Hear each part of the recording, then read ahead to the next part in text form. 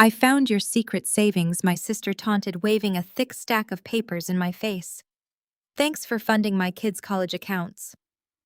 My parents sat there beaming with pride, fully supporting her blatant theft.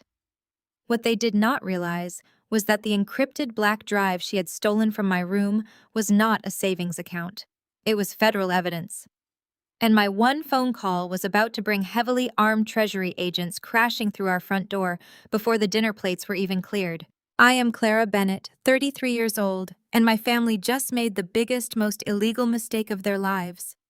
Before I tell you how a simple Sunday dinner turned into a federal raid, let me know where you are watching from in the comments below. Hit that like button and subscribe if you have ever had your family mistake your quiet boundaries for weakness. You will want to stay for the moment the handcuffs click. The evening started quietly enough in the formal dining room of my parents' home in an affluent Connecticut suburb. I was sitting stiffly in one of the high-backed mahogany chairs, carefully shifting my weight. I had undergone a minor appendectomy just 5 days prior, and the stitches were still tender. All I had wanted was a peaceful, low-key Sunday dinner. A bowl of my mother Patricia and her famous roast chicken, some polite conversation, and an early bedtime. I should have known better. Peace was never an option in our family. The tense silence was shattered when the dining room doors swung violently open. My younger sister Stella marched in.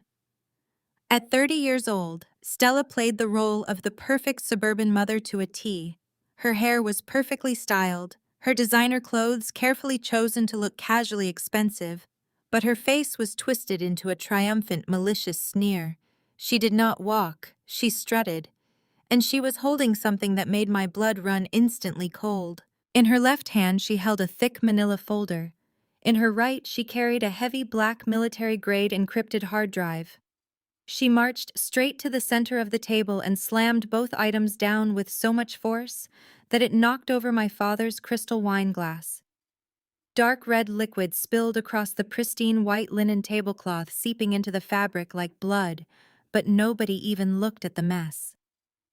All eyes were on the drive and the folder. "Look what I found upstairs," Stella announced, her voice echoing off the vaulted ceilings.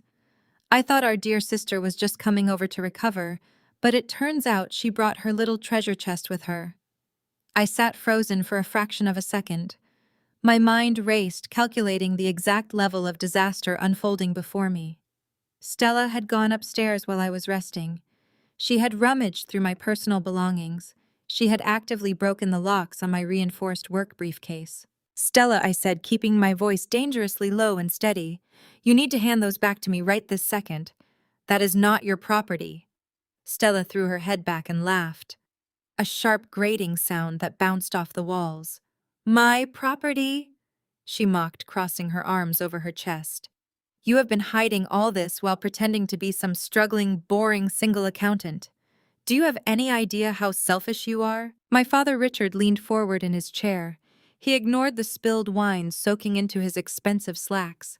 "What exactly are we looking at here, Stella?" he asked, his eyes gleaming with sudden greedy interest. "Our daughter has a secret stash," my mother Patricia chimed in, setting down her fork. Her tone was already dripping with judgment, assuming the worst of me before she even knew the facts. She looked at me with that familiar expression of deep disappointment she had perfected over the last 3 decades. "You have been hoarding money while your sister and her husband are barely keeping their heads above water." I pressed my hands flat against the table, ignoring the sharp pull of pain in my abdomen. "Mom." Dad listened to me very carefully. "That drive does not belong to the family. Stella committed a crime by breaking into my locked case. Hand it over. Now." Nobody moved to hand me anything. Instead, the dynamic shifted exactly as it always did. I became the villain and Stella became the righteous victim. "Crime." Stella scoffed, snatching the folder back up and waving the papers right in my face. "The only crime here is your greed, Clara. You sit in your sad, empty apartment with no husband, no kids, just crunching numbers all day. What could you possibly need millions of dollars for? DeAndre and I are trying to build a future. My kids need college funds. We are dealing with real-life problems while you just sit on a gold mine." The sheer audacity of her entitlement took my breath away. She had not only broken into my locked briefcase, but she was now standing in front of our parents publicly justifying her theft because she felt her lifestyle demanded my money. My mother nodded firmly, entirely, validating Stella's outburst. "Stella is completely right, Clara," Patricia said, pointing an accusing finger at me. "For 10 years, you have done nothing but focus on your career. You chose to be a selfish, career-obsessed accountant. You isolated yourself. You never helped this family build anything meaningful. Stella gave us 2 beautiful grandchildren. She gave us a legacy. You just gave us excuses. If you really have this kind of money hidden away, it is your duty to share it with the people who actually need it." I stared at the 3 of them. The parents who had always placed Stella on a pedestal, who had always viewed my quiet independence as a personal insult to their traditional values. They truly believed that because I chose to be a single independent woman, my assets were automatically up for grabs to subsidize the golden child's perfect suburban illusion. It was staggering. They did not even care how she had acquired the folder. They only cared about what they thought was inside it. "That money is not mine to give," I said, articulating each word slowly and clearly. "I am an independent contractor. I handle sensitive financial data. If you open that drive, you will trigger consequences you cannot even begin to comprehend.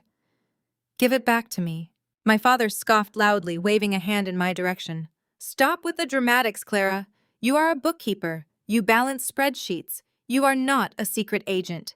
You probably just hid your savings to avoid helping your brother-in-law with his new business venture. It is pathetic, honestly. Your own flesh and blood comes to you for support, and you invent stories about sensitive data." I felt the cold, hard realizations settle over me. There was no reasoning with them.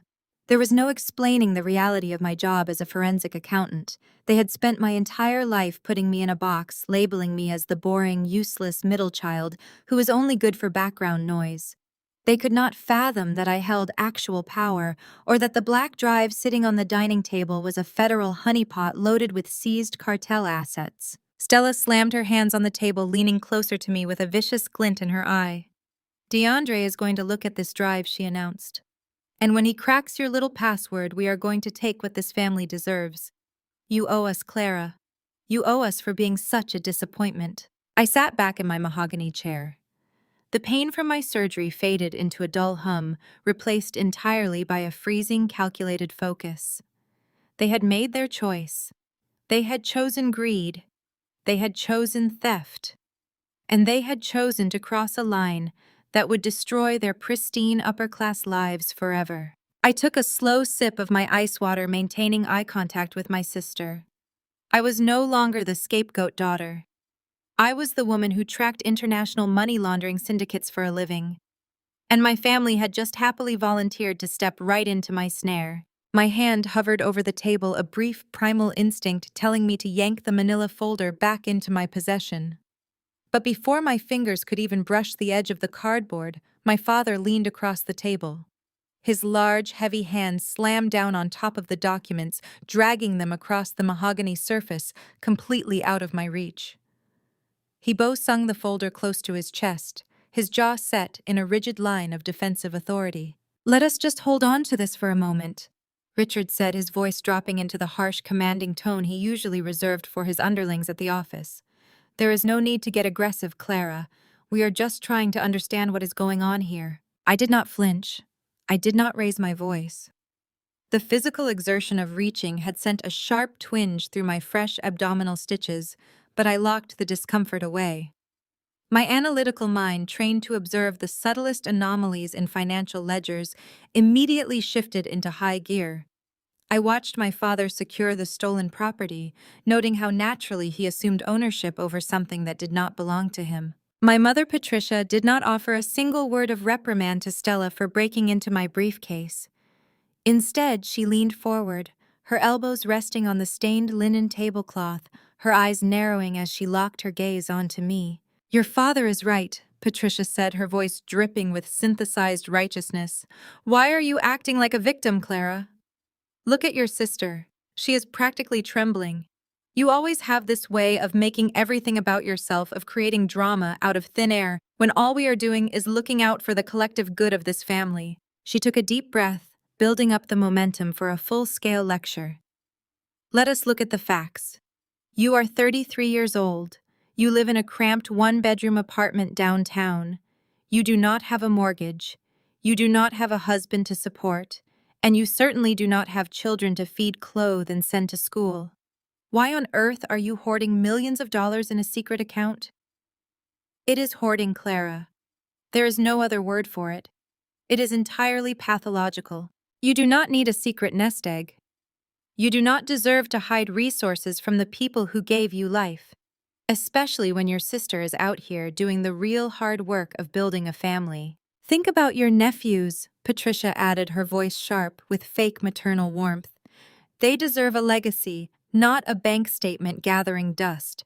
You should be happy we are giving your useless life some purpose through this contribution. I stared at her, mentally registering the phrase "giving your useless life purpose." It was a valuable addition to my psychological log. Stella seized the moment perfectly. As if on cue, her lower lip began to tremble, and her eyes welled with large theatrical tears. She dabbed at the corners of her eyes with a silk napkin, her shoulders shaking with a calculated display of maternal exhaustion. "You have no idea what it is like, Clara." Stella whimpered, her voice rising to ensure our parents heard every single syllable. "You do not know the pressure we are under. The cost of living in this suburb is skyrocketing. Preschool tuition for the boys is thousands of dollars a month. Inflation is eating away at everything. We are drowning, Clara. We are literally drowning trying to give your nephews a decent life, and you are sitting on a secret fortune. How could you be so cold-blooded? How could you watch us struggle and keep all of this to yourself?" I listened to her performance without interrupting. In my head, I was not counting her tears. I was counting the legal violations and taking precise mental notes of their exact phrasing. In a court of law, and certainly during a forensic audit, oral admissions of intent are invaluable. They were constructing a perfect, unyielding moral justification for a felony. They were establishing that they believed they had a right to my property because of my marital and maternal status. It was the classic textbook definition of a narcissistic family dynamic. For years, I had been the designated scapegoat. I was the one who worked 60-hour weeks, lived frugally, and kept my head down, while Stella was the golden child whose every whim was financed by parental doting. Now, because the parental well had run dry due to corporate downturns, they were looking to harvest me. My father slammed his fist lightly on the table, punctuating my mother's point. "We are a family, Clara." Richard declared, his voice rising in anger as he tried to mask his own financial desperation. "In this house, we share our successes. When I built my company, I shared everything with your mother, and with both of you. You did not achieve whatever success you have in a vacuum.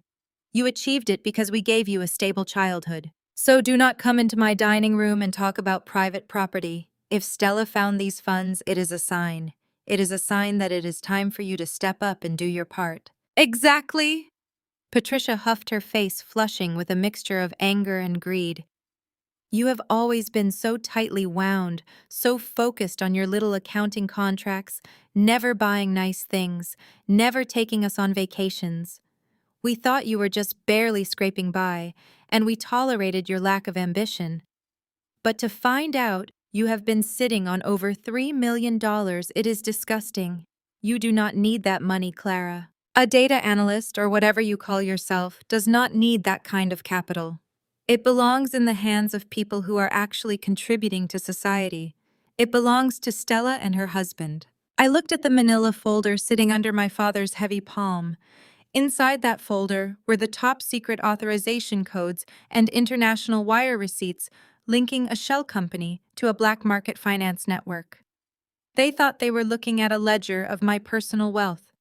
They had no idea they were looking at the financial blueprint of a global criminal enterprise currently under active investigation. Every second they held those papers, every second they refused to return them, they were embedding themselves deeper into a conspiracy charge. I did not cry. I did not beg them to believe me. I had spent too many years crying over their dismissal, too many holidays feeling like an afterthought at my own family table. That version of me died the moment I pulled myself out of the hospital bed 5 days ago. Stella stopped her manufactured weeping, her face hardening instantly as she realized her tears were not eliciting any emotional breakdown from me. She leaned across the table, her eyes locked onto mine with absolute venom. "You think you are better than us because you are quiet, don't you?" Stella hissed. "You think your little silence makes you smart. But you got caught, Clara. We found the papers, and we are going to use them to fix the mess our finances are in. You can either help us willingly, or we will take it anyway. Bitch about privacy all you want, but Dad is the head of this family and what he says goes." The tension in the room reached a choking density. The air felt heavy, saturated with their collective entitlement and desperate greed. They stood united, a fortress of delusion, completely convinced that their financial salvation lay within the cardboard folder. Just as my father began to open the folder to examine the frozen bank routing numbers, the heavy double doors of the dining room rattled. Footsteps clapped against the hardwood flooring of the hallway outside, loud, arrogant, and entirely unbothered by the gravity of the room. The handle twisted. The heavy double doors swung inward with a dramatic thud. DeAndre stepped into the dining room, bringing with him an overwhelming cloud of designer cologne.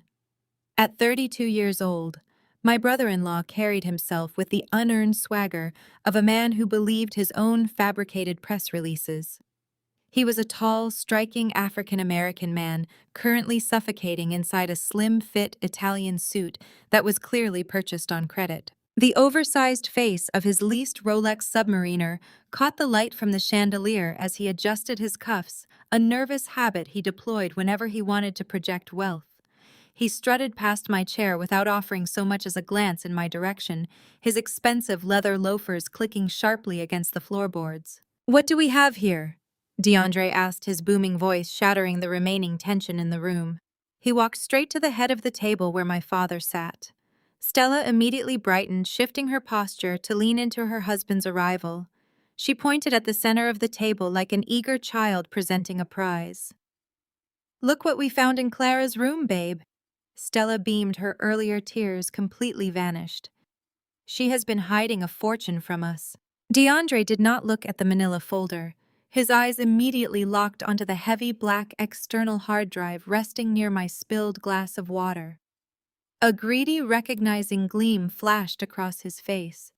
He reached out and snatched the device from the table, weighing it in his palm. I watched his fingers wrap around the matte black casing, mentally logging the exact moment a civilian took unauthorized physical possession of United States Treasury evidence. "Well, well, well," DeAndre chuckled, turning the drive over to examine the reinforced connection ports. "This is not just some basic external hard drive. This is a military-grade offline crypto cold wallet. I use similar hardware for my top-tier investors at the firm." He looked down at me, a condescending smirk spreading across his perfectly manicured beard. "Clara, I am genuinely surprised. I did not think a low-level bean counter like you even knew how to spell blockchain. Tell me, did you read an article on Yahoo Finance and decide to play investor? Because holding hardware like this without understanding the decentralized matrix is a great way to lose your lunch money." I stared at him, my expression perfectly blank. DeAndre was currently the CEO of a digital investment startup that produced absolutely zero revenue. His entire business model consisted of hosting lavish networking events, renting luxury cars for Instagram photos, and aggressively soliciting seed money from gullible relatives. My parents had secretly mortgaged this very house just 8 months ago to bail his failing company out of a massive liquidity crisis. They poured hundreds of thousands of dollars into his empty shell of a corporation, convinced by his slick PowerPoint presentations that he was the next major titan of the tech world. DeAndre was drowning in debt. His firm was a complete sham, a house of cards waiting for the slightest breeze to collapse. And yet here he stood, standing in the home his failures had nearly foreclosed on, lecturing me on financial literacy. "You see, Clara?" The decentralized market requires a visionary mindset. DeAndre continued pacing slowly behind my father's chair, twirling the federal honeypot between his fingers. As an accountant, your brain is wired for scarcity. You add up receipts, you track pennies, you look at the past.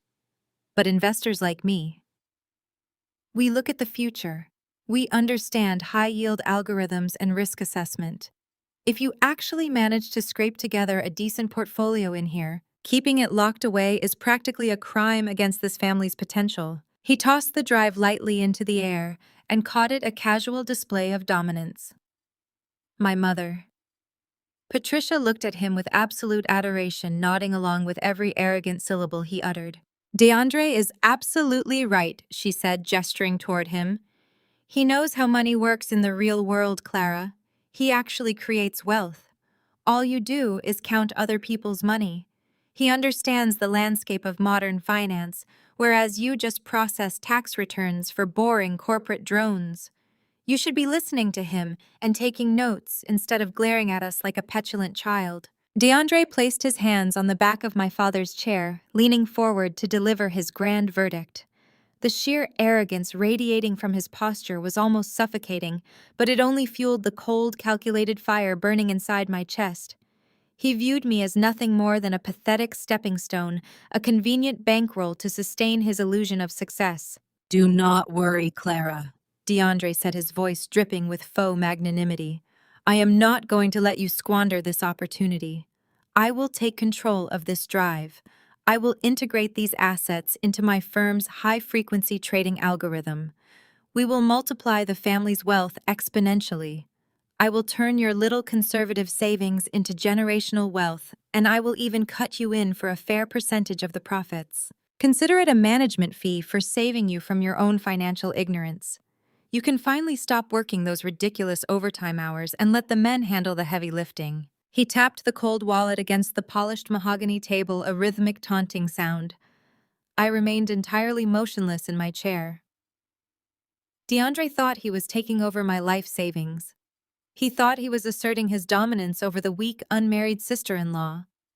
He did not know that by holding that encrypted drive, he was holding a live grenade heavily monitored by federal agents. I did not need to scream, throw a tantrum, or defend my intelligence to these thieves. I only needed to wait and let him dig his own grave. My father moved first, misinterpreting my silence as the precursor to a panicked retreat. He pushed himself out of his heavy dining chair with surprising speed for a man his age and marched around the edge of the large table. Before I could even register his exact intent, his large hand shot out and snatched my cell phone right off the polished mahogany surface where I had placed it moments before. He slid my device securely into the inner breast pocket of his tailored blazer, patting it down with a smug, authoritative nod. "You are not going to pull a stunt," Richard growled, stepping up to stand directly over my right shoulder, physically blocking any chance I had of standing up and walking away. "You are not going to call a cab and run away like a coward. We are sitting here as a family, and we are going to sort out this financial discrepancy tonight. Nobody leaves this room until DeAndre has full access to those funds." DeAndre did not even wait for my father to finish his sentence. Swept up in the adrenaline of his impending payday, he unzipped his sleek leather messenger bag and pulled out his silver MacBook, dropping it onto the table with an arrogant thud. He carelessly shoved my half-eaten plate of roast chicken aside, pushing my silverware out of the way to make room for his impromptu hacking station. He plugged a specialized multi-port adapter into his laptop, his fingers moving with practiced, flashy speed, and connected the heavy black drive. The moment the USB cable clicked into place, the MacBook screen went entirely black.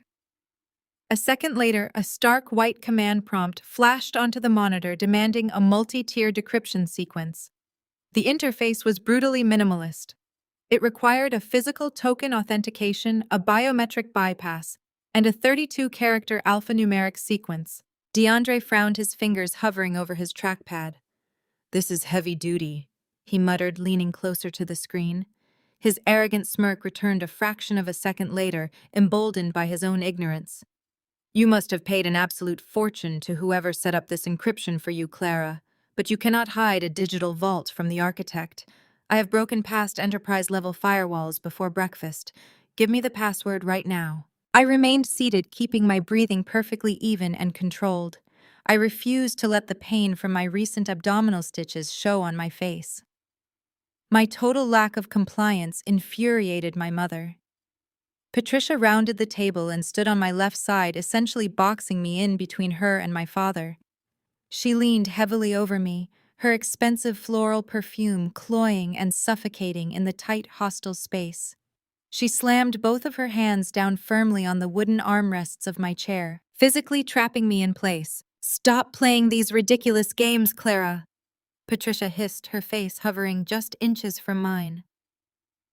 The mask of the polite, dignified suburban matriarch had completely melted away, revealing the raw, ugly greed simmering beneath. "Give DeAndre the passwords right now. I am not asking you as your mother. I am telling you. If you refuse to cooperate, if you keep acting like this selfish, tight-fisted brat, I will disown you permanently. I will cut you out of this family forever. You will never step foot in this house again, and you will die exactly as you live right now, entirely alone." The threat was designed to break me. It was a calculated emotional strike aimed directly at the core of my childhood insecurities. They genuinely believed that the fear of losing their conditional love would force my submission. They did not understand that their presence in my life was the actual burden, and their promise of permanent disownment would be the ultimate gift. Stella stepped up right next to DeAndre, crossing her arms over her chest and looking down at me with sheer disgust. She had fully embraced the role of the righteous victim, weaponizing her motherhood to justify outright extortion. "Listen to Mom, Clara. You do not have a choice anymore," Stella taunted, her voice echoing shrilly in the dining room. "You are a lonely spinster with zero prospects. What are you going to do with over $3 million? Buy more boring pantsuits for your miserable office job. Buy a bigger, emptier apartment to sit in by yourself every night. My boys actually have a future. Your nephews deserve this money to go to top-tier schools, to travel, to live the lifestyle they are meant to experience. You are holding them back because you are bitter that nobody chose you." I looked at the white prompt box blinking steadily on DeAndre's laptop screen. I knew exactly what that specific command prompt was. It was a localized geofence trigger designed by federal cybersecurity experts. By simply plugging that drive into an active internet-connected device, DeAndre had already initiated a silent security ping to a heavily guarded server located in Washington. The 32-character password was not just a protective key, it was a high-stakes failsafe. If entered incorrectly 3 times, or if bypassed via brute force software, it would instantly escalate the federal alert to a code-red priority. They were committing a massive felony right in front of me, driven by pure, unadulterated entitlement. The physical intimidation, the theft of my phone, the aggressive posturing, they were fully prepared to hold me hostage in my childhood dining room to rob me blind. I analyzed the layers of their criminality with the cold detachment of an investigator cataloging a crime scene. I slowly turned my head, completely ignoring my mother's suffocating physical presence and my father's looming shadow. I looked dead into DeAndre's eyes. I did not blink. I did not flinch. I did not raise my voice. I projected the absolute freezing authority of someone who held the full, devastating power of the federal government behind her silence. "DeAndre," I said, my voice cutting through the heated air of the dining room like a surgical scalpel, "that drive does not belong to me. Do not attempt to bypass the security protocol."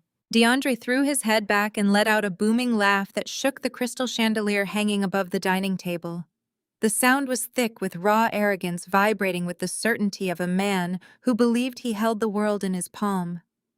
He clapped his hands loudly, wiping a fake tear of mirth from his eye, and looked at my parents as if I had just delivered the punchline to a spectacular joke. Stella joined in, immediately giggling behind her manicured hand, while my father snorted in derision. They found my warning entirely hilarious. To them, my words were nothing more than the desperate bluff of a greedy spinster trying to guard her hoarded pennies from the rightful heirs. "Oh, Clara," DeAndre gasped, catching his breath as he turned his attention back to the glowing screen of his MacBook. "You really are priceless. Security protocol. What security protocol are you talking about? Do you mean this little digital padlock you probably paid some mall tech guy $100 to install? He tapped the side of the heavy black drive with his index finger, his tone dripping with intense condescension. You accountants are all exactly the same. You read a few articles about cybersecurity online and you think you are sitting inside Fort Knox. Newsflash, sis. You are completely out of your depth. You are swimming in the shallow end of the pool, and I am the shark. DeAndre reached into the inner pocket of his designer suit jacket and pulled out a small silver flash drive, plugging it into his laptop with an exaggerated flourish. His fingers danced across the keyboard with rapid, aggressive strokes. I am not going to let a basic bookkeeper stand between us and our financial destiny, he bragged. His dark eyes locked firmly onto the monitor. I have elite connections in the decentralized finance underground that you could not even begin to fathom. Guys who eat corporate firewalls for breakfast every single day. I bought this custom decryption algorithm off a highly restricted dark web contact last month for situations exactly like this. It is a brute force quantum bypass tool. It will shred your alphanumeric password sequence into confetti in less than 3 minutes. I did not scream. I did not thrash against my mother, who was still leaning heavily over my left shoulder, boxing me securely into my chair. I did not attempt to lunge across the mahogany table to wrestle the federal device from his greedy hands. I remained perfectly seated. I aligned my spine against the hard wooden back of the dining chair, resting my hands comfortably in my lap. My posture remained impeccably straight, devoid of panic or surrender. I let the absolute stillness of my body serve as an impenetrable fortress against their rapidly escalating hysteria. They wanted a physical fight to easily validate their narrative that I was an unstable, greedy hoarder. My total compliance, my chilling silence deeply confused them, though their blinding greed prevented them from seeing the imminent danger. While DeAndre confidently narrated his technological supremacy, proudly explaining how his expensive black market software was tearing down my defenses, my mind retreated into the clinical, isolated vault of my true reality. I allowed him to believe his own ridiculous fiction. I allowed my father to keep my cell phone hostage in his blazer pocket. I allowed my mother to whisper vile insults about my lonely existence directly into my ear. They thought they had trapped a low-level tax preparer. They had absolutely no idea who was actually sitting at their dining table. I was not a basic bookkeeper crunching numbers for suburban dental clinics. I did not balance spreadsheets for local restaurants. I was a highly specialized forensic accountant operating under a classified independent contract with the United States Department of the Treasury and the Internal Revenue Service Criminal Investigation Unit. For the past 7 years, my entire life had been dedicated to hunting dangerous ghosts in the global financial matrix. I systematically dismantled international shell companies. I tracked laundered funds through dozens of highly protected offshore banking havens. I built the complex financial profiles that allowed federal tactical teams to successfully freeze the assets of human trafficking rings and violent narcotics cartels. The men and women I worked alongside did not wear flashy suits or boast arrogantly about their wealth at family dinners. We worked in silent, secured underground rooms dissecting ledgers that contained enough illicit capital to destabilize small governments. My professional expertise was not in saving pennies. My expertise was in tracing blood money and legally suffocating the ruthless criminals who thought they could outsmart the federal government. The heavy black drive DeAndre was treating like a winning lottery ticket was not my personal savings account. It was a highly restricted federal honeypot. It was a digital trap carefully engineered by the top cybersecurity divisions within the Treasury Department.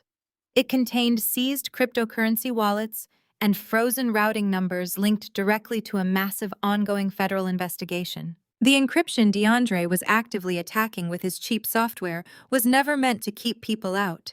It was designed specifically to invite them in.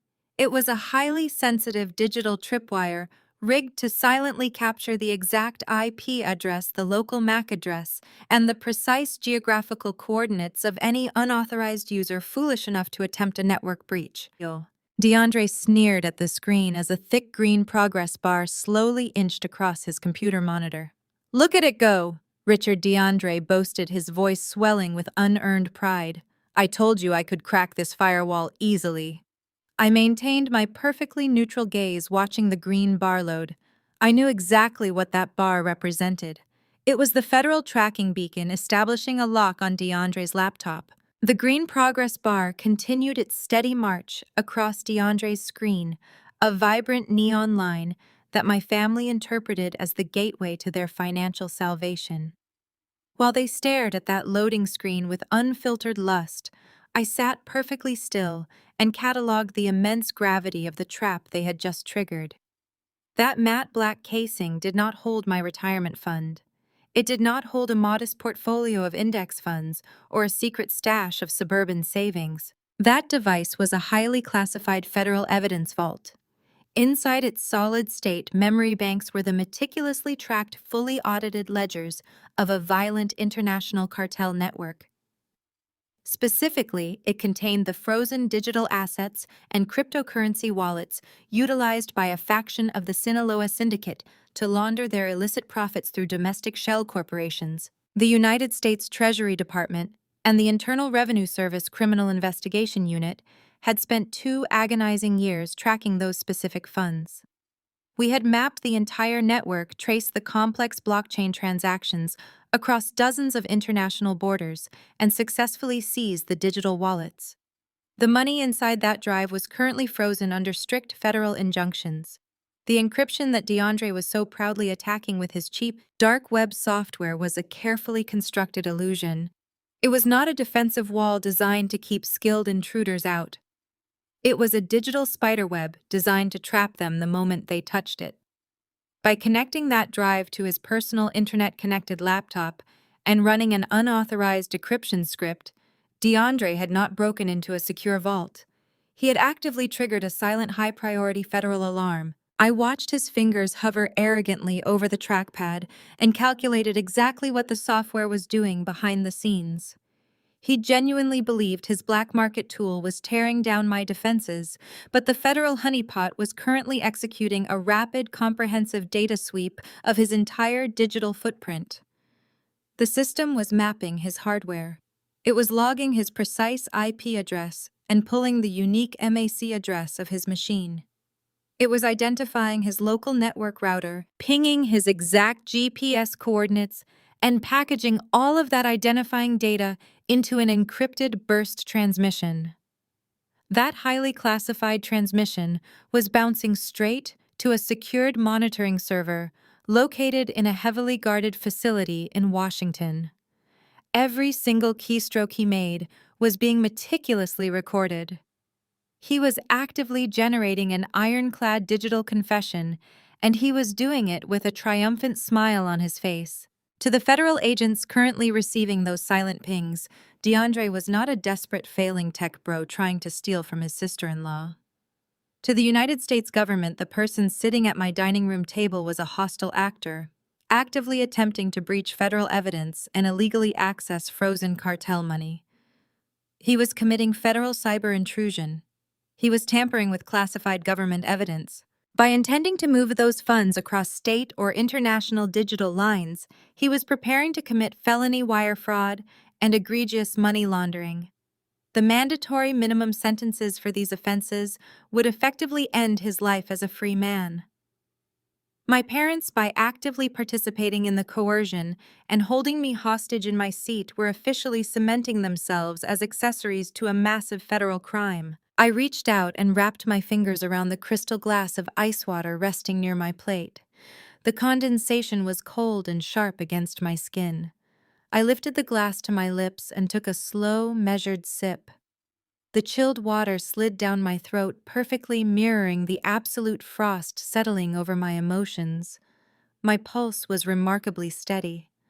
A casual observer might look at me and see a defeated woman surrounded and overpowered by her aggressive family.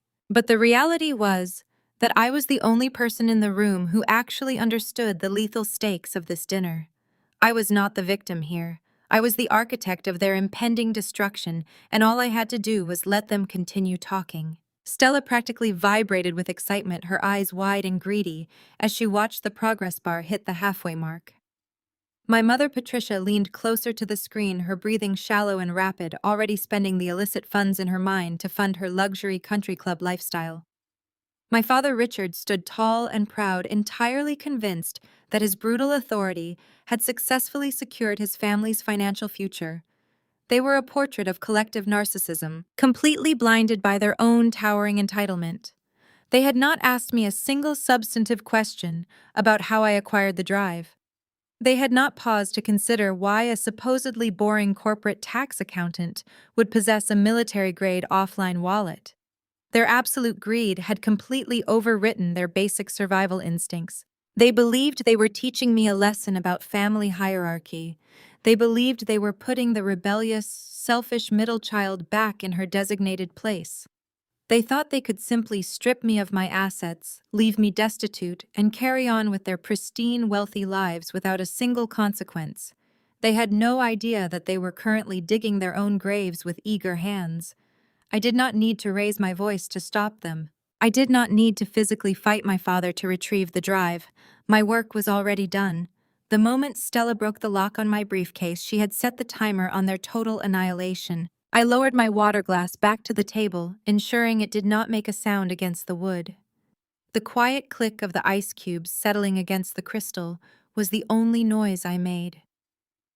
I settled deeper into my chair, ignoring the throbbing ache of my surgical stitches.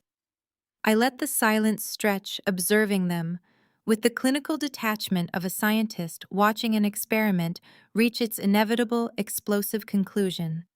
The green progress bar on DeAndre's screen ticked past 90%. The fake decryption software was finalizing its grand illusion, preparing to drop the digital curtain and present the stolen cartel millions to my family.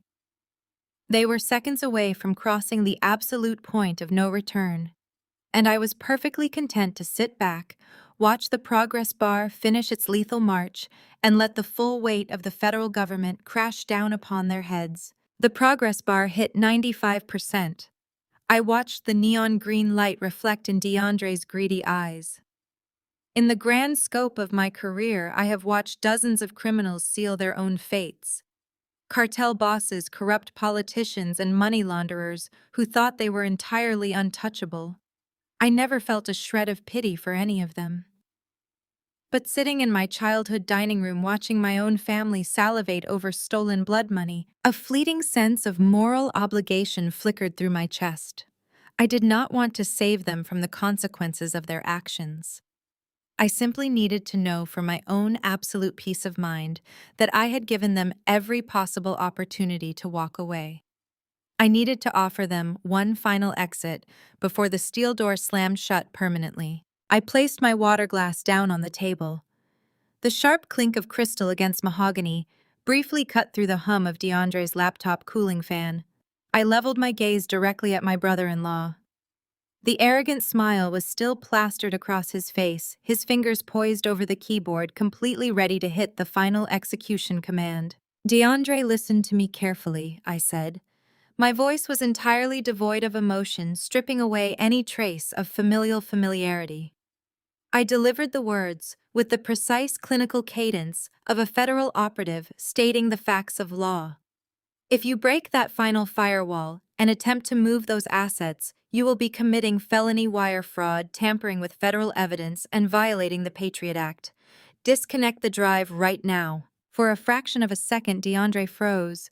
His fingers hovered motionless above the trackpad. His dark eyes flicked from the computer screen to my face, searching for a crack in my composure, searching for the punchline of a joke he did not quite understand. The dining room fell completely silent. Even the air conditioning seemed to hold its breath as my warning hung heavily in the space between us. Then the tension shattered. DeAndre leaned his head back and burst into a loud, derisive roar of laughter. The sound was harsh and ugly, scraping against the walls of the elegant room. He slapped his knee, shaking his head as if I had just told the most hilarious, absurd story he had ever heard in his entire life. He laughed so hard, he actually had to wipe a tear from his eye, completely dismissing the immense gravity of my statement. Felony wire fraud! DeAndre choked out between bouts of uncontrollable laughter. Tampering with federal evidence, the Patriot Act. Oh man. Clara, you really had me going there for a second. I actually thought you were going to try and negotiate a percentage to keep your mouth shut. But this is absolute comedy. He turned to my father, gesturing toward me with a dismissive wave of his hand. Richard, your daughter has lost her mind. She is sitting here pretending to be some undercover federal agent because she is too cheap to help her own blood. It is genuinely sad. Stella threw her hands up in the air, letting out a loud, exaggerated groan of pure disgust. She marched around the table and shoved her face close to mine, her eyes blazing with raw, toxic venom. You are a desperate, pathological liar, Clara. Stella sneered.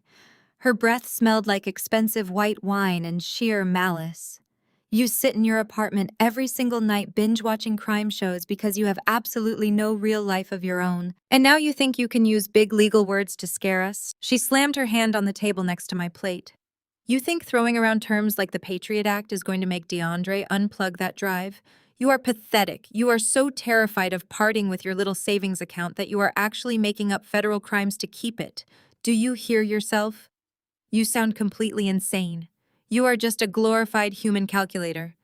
Stop pretending you are starring in an action movie and accept that this money is going to a better cause. My mother, Patricia, slammed her hand flat against the back of my chair, her face flushed with extreme embarrassment and rage. Shut your mouth right now, Clara. Patricia commanded, her voice dropping into a harsh, venomous whisper. Stop embarrassing yourself in front of your brother-in-law. You are acting like a lunatic. I will not have you sitting in my dining room inventing ridiculous, psychotic lies just to avoid doing your duty to this family. Patricia leaned her weight onto my shoulder, trying to physically enforce her dominance. DeAndre is trying to save our financial future, and you are sitting there threatening him with federal prison. You should be institutionalized. You have clearly suffered a complete mental break. If you say one more word about the federal government, I will have you forcibly removed from this property. You will sit there quietly, and you will let the men handle the adult business. I looked at the three of them, a unified front of absolute staggering delusion. They had built such a towering monument to their own superiority that they were completely incapable of processing the truth. In their minds, I was just the bitter, jealous spinster sister spinning wild fantasies to protect my meager wealth. They could not accept the reality that I was exactly who I said I was. They could not comprehend that the quiet, unassuming daughter they had bullied and belittled for 3 decades was currently offering them the only lifeline they would ever get. My warning was not a threat. It was a statement of incoming, unavoidable fact. But they had chosen to interpret it as a challenge. DeAndre turned his attention back to the MacBook screen, his laughter subsiding into a confident, predatory smirk. The progress bar reached 99%. The fake decryption algorithm was seconds away from completing its sequence. I leaned back into my chair and folded my hands neatly in my lap. I had done my part. I had offered the warning. I had outlined the exact criminal statutes they were violating. My moral ledger was perfectly balanced. DeAndre cracked his knuckles, rolling his shoulders to prepare for his grand victory. You tried your best, Clara, DeAndre said, keeping his eyes glued to the monitor. But the adults are talking now. Just sit back and watch how real money is managed. I did not say another word. I simply watched the screen. The progress bar on DeAndre's screen hit 100% with a soft chime. The neon green line vanished, replaced immediately by a spinning metallic loading wheel. DeAndre let out a long, theatrical exhale and leaned back, interlocking his fingers behind his head. Just giving the nodes a second to sync with my bypass proxy, DeAndre announced smoothly. The blockchain has to register the handshake. It is a formality. We are completely in. The collective sigh of relief that swept through my parents' dining room was practically physical. The crushing tension that had suffocated the space moments ago evaporated instantly, replaced by a giddy, intoxicating wave of pure greed. The threat of my warnings faded from their minds completely. In their eyes, the digital vault was already wide open and the gold was spilling out onto the mahogany table. Stella was the first to break the silence. She clapped her hands together, a manic, breathless laugh escaping her throat. She pulled out her phone and immediately began tapping on the screen. I can finally get rid of that humiliating minivan! Stella squealed, her eyes darting between the loading screen and her browser. I have been looking at the new Porsche Cayenne, the customized ones with the panoramic sunroof and the cream leather interior. All the other moms at the private academy drive luxury SUVs, and I am so sick of pulling up looking like a complete peasant. I am ordering it in matte black. DeAndre, we are getting it fully loaded. DeAndre nodded generously, playing the role of the benevolent king granting favors to his subjects. Get whatever you want, babe, he said smoothly. We are moving into a completely different tax bracket today. A Porsche is barely a rounding error with this kind of capital injection. My mother. Patricia walked around the table, entirely ignoring my presence, and wrapped her arms around my father's shoulders. She pressed her cheek against his. Richard, we can finally start looking at those waterfront properties in Naples. Patricia sighed, her voice trembling with manufactured emotion. The ones right on the Gulf. We can get a place with a private boat slip. We have worked so hard our entire lives, sacrificing everything for these girls. We deserve a winter sanctuary. We can host the country club board members for the holidays. Imagine the look on the Henderson family's faces when we invite them to our private estate in Florida. My father patted her hand, swelling with arrogant pride. We will call the realtor tomorrow morning, Richard declared. We will pay entirely in cash. No mortgages, no bank approvals, just a clean hard wire transfer. It is about time this family started operating at the level we were always meant to achieve. I sat perfectly still, listening to them divide up the illicit assets of a violent narcotics syndicate to fund their suburban vanity projects. The staggering delusion was a masterpiece of narcissistic entitlement. They had not even seen the actual funds clear yet. They were already visualizing the cream leather of a German sports car and the ocean breeze of a Florida retirement home. They were spending cartel blood money in their imaginations to impress their country club rivals. DeAndre leaned forward, staring at the spinning loading wheel with a hungry, obsessive glare. This changes everything for the firm, he muttered, speaking more to himself than to the room. I have had these so-called venture capitalists laughing at me for 6 months. They called my portfolio weak. They denied my Series A funding rounds. When I drop $3 million into the corporate operating account by Monday morning, I am going to buy out my competitors. I am going to host a gala downtown and invite every single executive who hung up on me. I am going to be the absolute king of this city's networking circle. Stella walked over and kissed the top of his head. You are a genius, DeAndre. I always knew you were going to save us. The most fascinating aspect of their celebration was not the sheer magnitude of their greed, but my complete erasure from it. I was sitting less than 2 feet away from them. The encrypted drive they were attempting to empty was physically taken from my personal locked briefcase. Yet they spoke about me as if I were entirely invisible. I had ceased to be a human being in that dining room. I had been reduced to a discarded stepping stone, a temporary inconvenience they had successfully bullied into submission. What should we do about her rent? Patricia asked casually, gesturing vaguely in my direction without actually making eye contact with me. I suppose we should leave a few thousand in the account. Just enough to keep her quiet and cover her lease for the year. We do not want her playing the victim to the extended family. Richard shook his head dismissively. She is a grown woman, Patricia. She can keep doing taxes for her little clients. We are not setting up a charity fund. We are taking the capital she selfishly hoarded and putting it to actual use. She would not know what to do with $3 million anyway. She would just let it rot in a checking account while wearing the same cheap suits. Stella chimed in, her voice dripping with venomous pity. Exactly. Clara has no vision. She has no dependence. It is actually a tragedy when you think about it. Giving her this kind of wealth is like giving a grand piano to someone who does not have hands. She cannot play the instrument. We are basically rescuing this money. I cataloged their dialogue meticulously. Rescuing the money, leaving me enough for rent, buying out competitors, paying in cash for a Florida estate. Every single sentence was another ironclad brick in the federal case being built against them. They were establishing motive, intent, and premeditation completely unprompted. They were outlining a comprehensive plan to launder stolen funds across state lines and inject illicit capital into a registered domestic corporation. The federal agents monitoring this breach were likely documenting this exact timeline. The tactical teams were already mobilizing their GPS locked onto my father's house. And inside the dining room, my family continued to toast to their brilliance. They had stripped away every layer of familial obligation. They had fully embraced their identity as thieves, completely comfortable with the idea of leaving me destitute to finance their luxury. The spinning wheel on DeAndre's screen suddenly froze. The soft humming of the laptop fan kicked into a higher gear. The fake proxy server had finished collecting every single byte of identifying data from his machine. The trap was fully primed. The digital doors were about to swing wide open, presenting them with the exact illusion they demanded. I took another quiet breath, bracing myself for the moment the screen would finally flash. A sharp, resonant chime suddenly blasted from the laptop speakers. The spinning metallic wheel froze, shattered into a grid of cascading green numbers, and the screen flooded with blinding white light.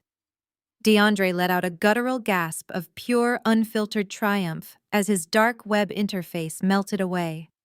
The honeypot had officially dropped its fake defensive barrier, granting him total administrative access. The monitor populated with rows of highly classified financial architecture.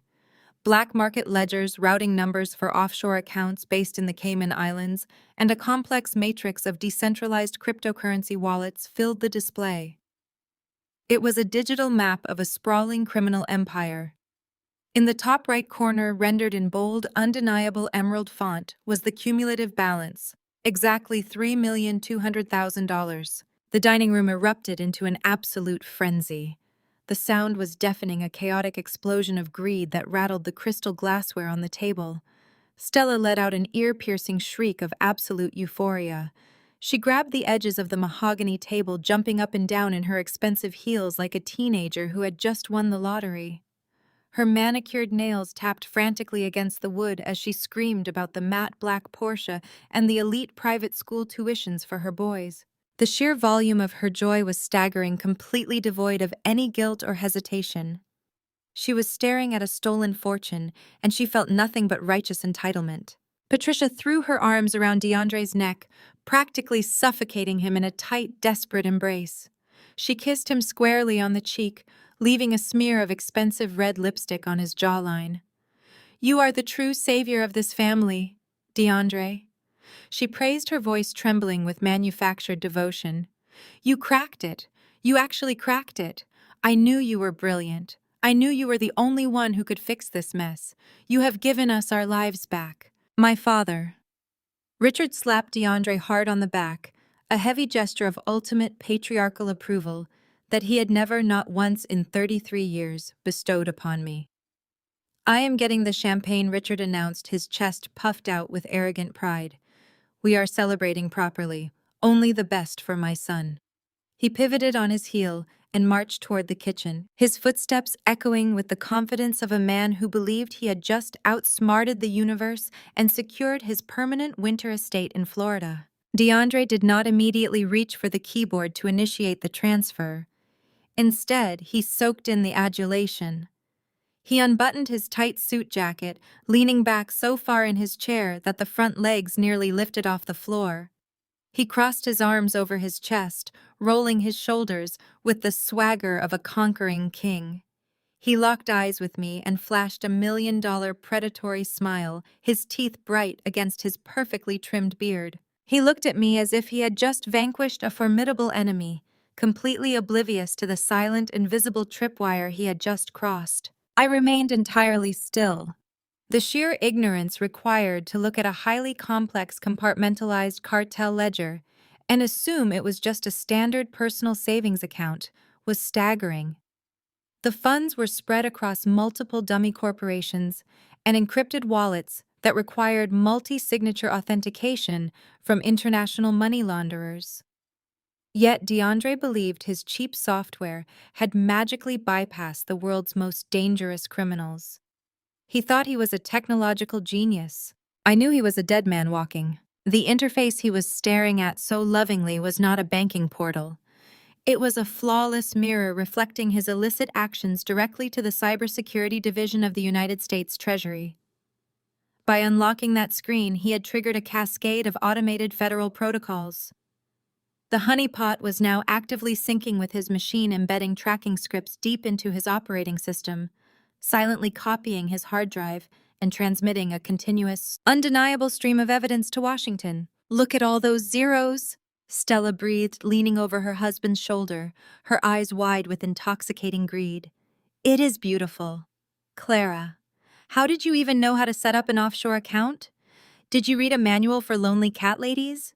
You really thought you could hide $3 million from us forever?" Patricia joined in from the side, resting her hand on DeAndre's shoulder, like a proud mother displaying her champion. "Do not speak to her, Stella. She does not deserve our breath. She tried to keep this from us while we were drowning in debt." She watched DeAndre struggle to keep his startup afloat, and she sat here quietly hoarding a fortune. "It is sociopathic behavior." DeAndre chuckled, pointing at the screen. "This is just the beginning," he boasted, his voice dripping with grand delusion. "With this kind of liquidity, my startup goes from struggling to dominating the entire market. I am going to route these funds through a series of shell companies I have already established for my tech firm. I will wash the money clean before the weekend is over, and then I am going to buy out every single competitor who laughed at my business model." I took a slow, deep breath, mentally highlighting his exact words.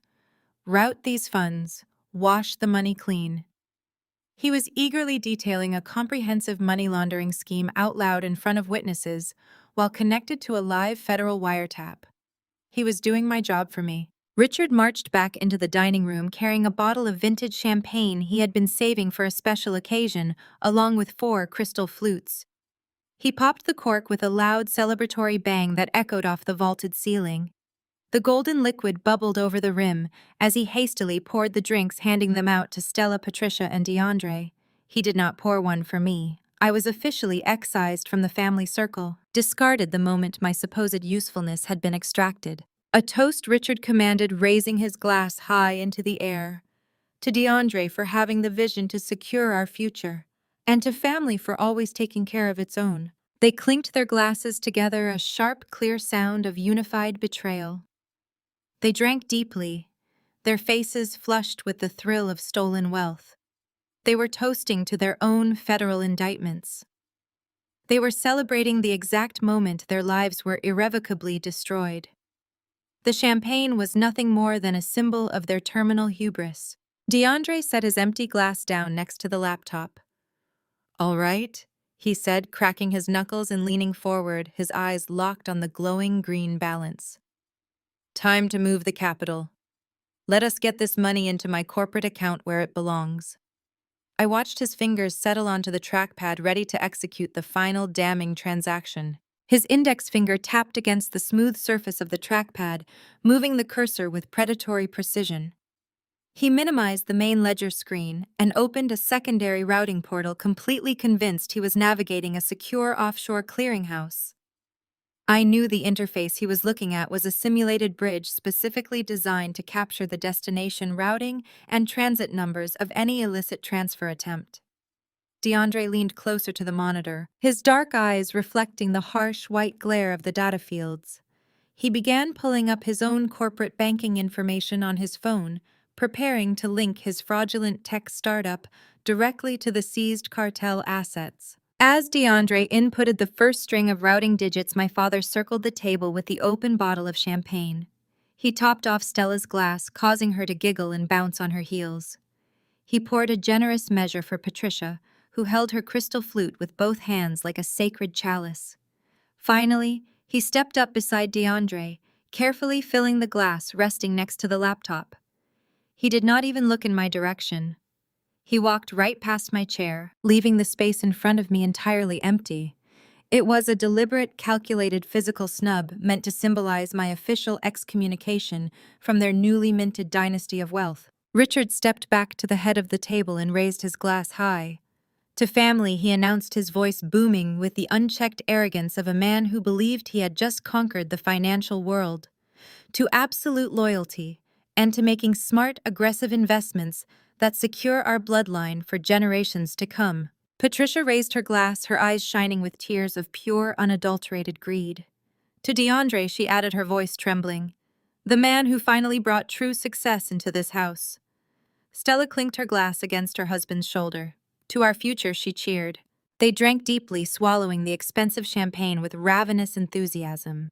The dynamic in the dining room was completely electric, saturated with a toxic, buzzing energy that made the air feel thick and heavy. They were drunk on the illusion of sudden, unearned power. They were high on the fantasy of crushing their suburban rivals and flaunting their stolen millions. And at the absolute center of this delusion sat DeAndre, cracking his knuckles with a sharp, echoing snap before settling his hands back over the keyboard. I am setting the transfer protocol to initiate a cascading wire, DeAndre boasted, typing a series of numbers into the destination field. His tone was thick with self-satisfaction. I will bounce this $3.2 million through a couple of shell accounts I set up last year for the firm. It will look like a massive round of foreign venture capital investment. Once it hits the primary operating account, I can clear out my corporate debt by Tuesday morning and start issuing dividend checks to you and Richard by Friday.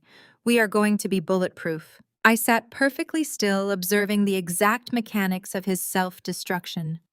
He was literally dictating his entire money laundering strategy out loud. He was establishing a clear, undeniable motive for the wire fraud, outlining his premeditated steps to disguise the origin of the funds, and explicitly naming his accomplices. He was doing all of this while connected to a federal honeypot that was silently logging every single keystroke and transmitting his audio signature through the open network port. I reached forward and picked up my glass of ice water. The condensation dripped down my fingers. I took a final slow sip, letting the freezing liquid coat my throat. I set the water glass down on the mahogany table. The dull thud of the heavy glass base against the wood was the only sound I made. It was the physical manifestation of my patience running out. The trap was fully set. The bait had been taken. The only thing left to do was lock the cage. I turned my head slightly, directing my gaze up at my father. He was standing near the head of the table, swirling the remaining champagne in his flute, his chest puffed out with total superiority. He looked down at me with an expression of sheer contempt, waiting for me to beg, waiting for me to apologize and plead for a fraction of my own stolen money. "Dad," I said, keeping my voice entirely flat and devoid of any emotional inflection. "Hand me my phone." Richard raised an eyebrow, a cruel, mocking smile playing at the corners of his mouth. He slipped his free hand into the breast pocket of his tailored blazer, resting his fingers over the rectangular outline of my device. "And why exactly would I do that, Clara?" he sneered. "Are you finally ready to call your little security friends and report us for taking what you selfishly hid from your own family?" I did not break eye contact. I kept my posture perfectly rigid, my hands folded neatly in my lap. "I just want to check the estimated arrival time for my Uber," I replied, my tone casual as if I were asking for the weather forecast. "You made it abundantly clear that I am no longer part of this family or this inheritance. If DeAndre is going to drain the account, I have no reason to sit here and watch you celebrate. I am going home." Stella let out a sharp, nasty bark of laughter. "Let her go, Dad," she taunted, stepping closer to DeAndre to watch the screen. She is just embarrassed. She thought she was so smart playing the independent career woman, and DeAndre just outclassed her in 5 minutes. Let her go back to her sad little apartment and eat her microwave dinners. We do not need her sour energy ruining our night. Patricia waved her hand dismissively, not even bothering to look at me. "Give her the phone, Richard. She is right. She is no longer needed here. We have everything we require. She can leave her keys on the console table on her way out. I do not want her coming back unannounced." My father let out a harsh, victorious scoff. He pulled my cell phone from his pocket. He was completely intoxicated by his perceived victory, high on the champagne and the absolute certainty that he had broken my spirit. He truly believed he had stripped me of my power, my assets, and my dignity. He looked at me with a final devastating glare of utter disappointment, the exact same look he had given me every single day of my life when I failed to be the perfect submissive daughter he demanded. "Have a safe ride back to your miserable life, Clara," Richard sneered. He did not hand the phone to me. He tossed it. The device flipped through the air, a careless, disrespectful gesture designed to make me scramble for it. I did not move my hands. I let the phone land heavily onto my lap, the solid weight of it striking my thighs. I looked down at the black screen, feeling the cold, smooth glass against my fingertips as I finally picked it up. My father turned his back on me, raising his glass to DeAndre. "Hit the button, son," Richard commanded. "Secure our legacy." I sat in the shadow of their celebration, my thumb resting gently over the power button of my phone. They thought they had dismissed a defeated, powerless accountant. They had no idea they had just handed a loaded weapon back to a federal operative. DeAndre pressed down firmly on the trackpad. The sharp mechanical click of the button executing the transfer echoed through the dining room, cutting through the heavy champagne-soaked air. The interface on his MacBook screen reacted instantly. The dark web routing portal vanished, replaced by a sleek, modern loading screen. A bright blue progress bar shot across the center of the monitor, racing toward completion as it supposedly packaged the stolen cartel assets for domestic transit into his failing corporate account. My family held their collective breath. Stella gripped the back of DeAndre's chair, her manicured knuckles turning white with anticipation. Patricia pressed her hands over her heart while Richard stood tall, a smug, victorious smile plastered across his face. They were absolutely mesmerized by the digital performance playing out in front of them, entirely convinced they were watching their financial salvation materialize in real time. The blue progress bar hit 99% and halted abruptly. The screen flashed a violent, jarring white. Then a massive, glaring yellow text box dominated the entire display. The letters were bold and unyielding: transaction pending. DeAndre frowned. The triumphant $1 million smile slid off his face, replaced by a deep crease of irritation between his eyebrows. He leaned forward, the heavy gold chain around his neck clinking against the edge of the mahogany table. He tapped the glass screen with his index finger, glaring at the yellow warning as if he could physically force the federal system to obey his fraudulent commands. "What does that mean?" Stella asked, her voice tight with sudden panic. Her grip on his chair tightened, pulling the fabric of his suit. "Why did it not go through, DeAndre?" "You said it would be instant. You said we had the money." DeAndre immediately scoffed quickly, masking his brief flicker of uncertainty with a thick, impenetrable layer of tech bro arrogance. He waved his hand dismissively at the screen, refusing to let his wife or his in-laws see even a fraction of doubt. "Relax, babe," DeAndre commanded, his voice dripping with condescending reassurance. "It is just a standard decentralized liquidity verification protocol. When you move $3.2 million in a single unannounced wire transfer, the institutional clearinghouses automatically flag it to verify the destination routing buffers. It is a completely standard banking delay for capital injections of this massive magnitude." He pointed at the yellow text, spinning a web of absolute nonsense to pacify his greedy audience. "The blockchain has successfully received the encrypted handshake from the offshore accounts. The funds are already locked into my corporate transit portal. The system just needs to run a routine compliance check on the receiving end to prevent bottlenecking. It will clear directly into my primary operating account by Monday morning when the domestic markets open. The hard part is totally done. We won." Patricia exhaled a loud, dramatic breath of relief, clutching her pearl necklace as she leaned against my father. "Oh, thank goodness," she sighed. "For a second there, I thought Clara had managed to put some sort of spiteful lock on the account to freeze us out. Clara does not have the technical capacity to lock out a junior high school email account, let alone a multi-node crypto transfer." Richard sneered, his chest puffing out with renewed, arrogant pride. He looked at DeAndre with sheer admiration, completely buying into the fabricated financial jargon. "You handled that brilliantly, son. A minor banking delay is nothing. We have secured the legacy." DeAndre reached out and slammed the silver MacBook shut. The sharp, decisive crack of the metal casing snapping together signaled the end of his perceived heist. He believed he had won. He believed he had successfully embezzled millions of dollars and established himself as the undisputed king of his networking circle. He pushed his chair back and stood up to his full height. He buttoned his slim-fit suit jacket, rolling his shoulders with the swagger of an apex predator who had just finished playing with his food. He turned his attention away from his closed laptop and walked slowly around the edge of the dining table until he stood directly over my chair. I did not shrink back. I kept my phone resting flat on my lap, my thumb hovering silently over the power button. DeAndre looked down at me, his dark eyes brimming with absolute, unfiltered contempt. He viewed me not as a human being, not as a sister-in-law, but as a pathetic, defeated obstacle he had just effortlessly crushed under his expensive loafers. He wanted to savor his victory. He wanted to ensure that my humiliation was absolute and complete before he went back to celebrating with my parents. "Thanks for the seed money, sis."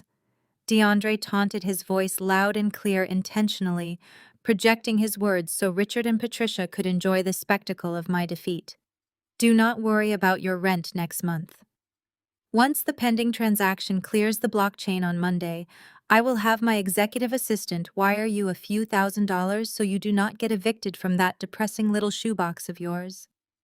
We are a family after all. We take care of our charity cases." Stella giggled from across the table, picking up her champagne flute to take a celebratory sip. "You are too generous, babe," she chimed in. "She really does not deserve a dime after the selfish stunt she tried to pull tonight." DeAndre winked at his wife, then leaned down closer to my face, dropping his voice into a vicious, mocking whisper meant only for me. "I will send you a postcard from the yacht, Clara. Try not to die of jealousy while you are crunching numbers for minimum wage." He stood back up, expecting me to cry. He expected me to scream, to throw a tantrum, or to run out of the dining room in tears while they laughed at my retreating back. That was the dynamic they had relied on for my entire life. They expected the scapegoat to absorb the abuse and quietly disappear into the night. They were violently wrong. The submissive, quiet daughter act evaporated completely. It did not fade. It vanished in a single terrifying instant. My spine stiffened against the back of the wooden dining chair. My shoulders rolled back, shifting my posture from defensive compliance into absolute predatory readiness. The carefully constructed mask of the helpless suburban accountant shattered, revealing the lethal focus of a federal operative who had just successfully cornered her high-value targets. I tilted my head up and locked my gaze dead into DeAndre's eyes. The transformation was so abrupt, so entirely unnatural to the Clara, they thought they knew that DeAndre actually took a half-step backward. His arrogant $1 million smile faltered. The easy confidence drained from his face as he stared down at me. My eyes turned to absolute ice. I did not blink. I did not glare. I looked through him with the clinical, devastating emptiness of a judge handing down a terminal sentence. The atmosphere in the dining room dropped 10 degrees in a matter of seconds. The celebratory champagne-fueled energy evaporated, replaced by a sudden, suffocating, inexplicable dread. Stella stopped giggling. Richard lowered his glass. Patricia froze her hand, still resting on my father's arm. The predators suddenly realized that the prey was no longer acting like prey. The silence in the room became deafening. Without breaking eye contact with DeAndre, I moved my hand. My thumb pressed down on the power button of my cell phone. The screen illuminated, casting a harsh, pale light against the dark fabric of my dress. I swiped my finger across the glass, smoothly unlocking my screen. I did not open a rideshare application. I bypassed the standard icons on my home screen and navigated to a hidden folder secured at the back of my device.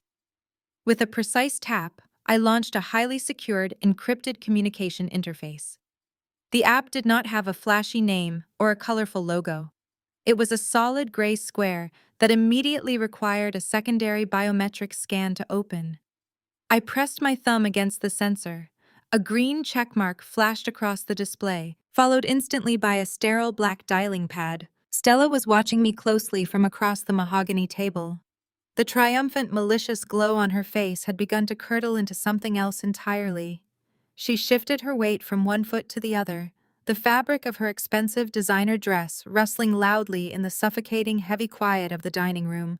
The sudden drastic shift in my demeanor, the absolute lack of tears or begging she had so eagerly anticipated, sent a visible shudder of anxiety straight down her spine. She could not comprehend why the designated family scapegoat was acting like an apex predator who had just locked the doors from the inside. "Who are you texting?" loser Stella demanded. Her voice lacked its usual piercing, arrogant confidence. It was noticeably thinner, laced with a sudden, inexplicable prickle of genuine fear. She looked over at DeAndre for reassurance, but her husband was entirely frozen, his dark eyes fixated on the pale light reflecting off my face. "Did you hear me, Clara? Stop trying to look tough. Nobody cares who you are complaining to. Call your cheap cab and get out of our house before Dad throws you out himself." I completely ignored her. I did not afford my sister the respect of a glance or a single syllable of response. My attention remained entirely focused on the encrypted dial pad.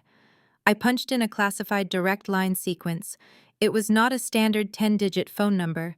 It was a specialized federal routing code that bypassed all commercial cell towers and connected directly to a heavily monitored operations hub in Washington. I took my phone and placed it perfectly flat in the dead center of the dining room table. It sat exactly equidistant between DeAndre's closed silver MacBook and my father's crystal champagne flute. I reached out and firmly pressed the speakerphone button. I wanted every single person in this room to hear exactly what was about to happen next. I wanted the audio feed to be crystal clear, capturing every gasp of panic and every desperate attempt at backtracking they were about to make. The phone did not produce a standard ringing tone. Instead, it emitted a sharp, synthetic double pulse sound. The noise was startlingly loud, cutting through the thick champagne-soaked air of the dining room like a military warning siren. My father, Richard, lowered his champagne glass. The celebratory toast he had been preparing to deliver died instantly in his throat. He looked down at the glowing black device resting on his expensive table, his thick eyebrows pulling together in deep, unsettled confusion.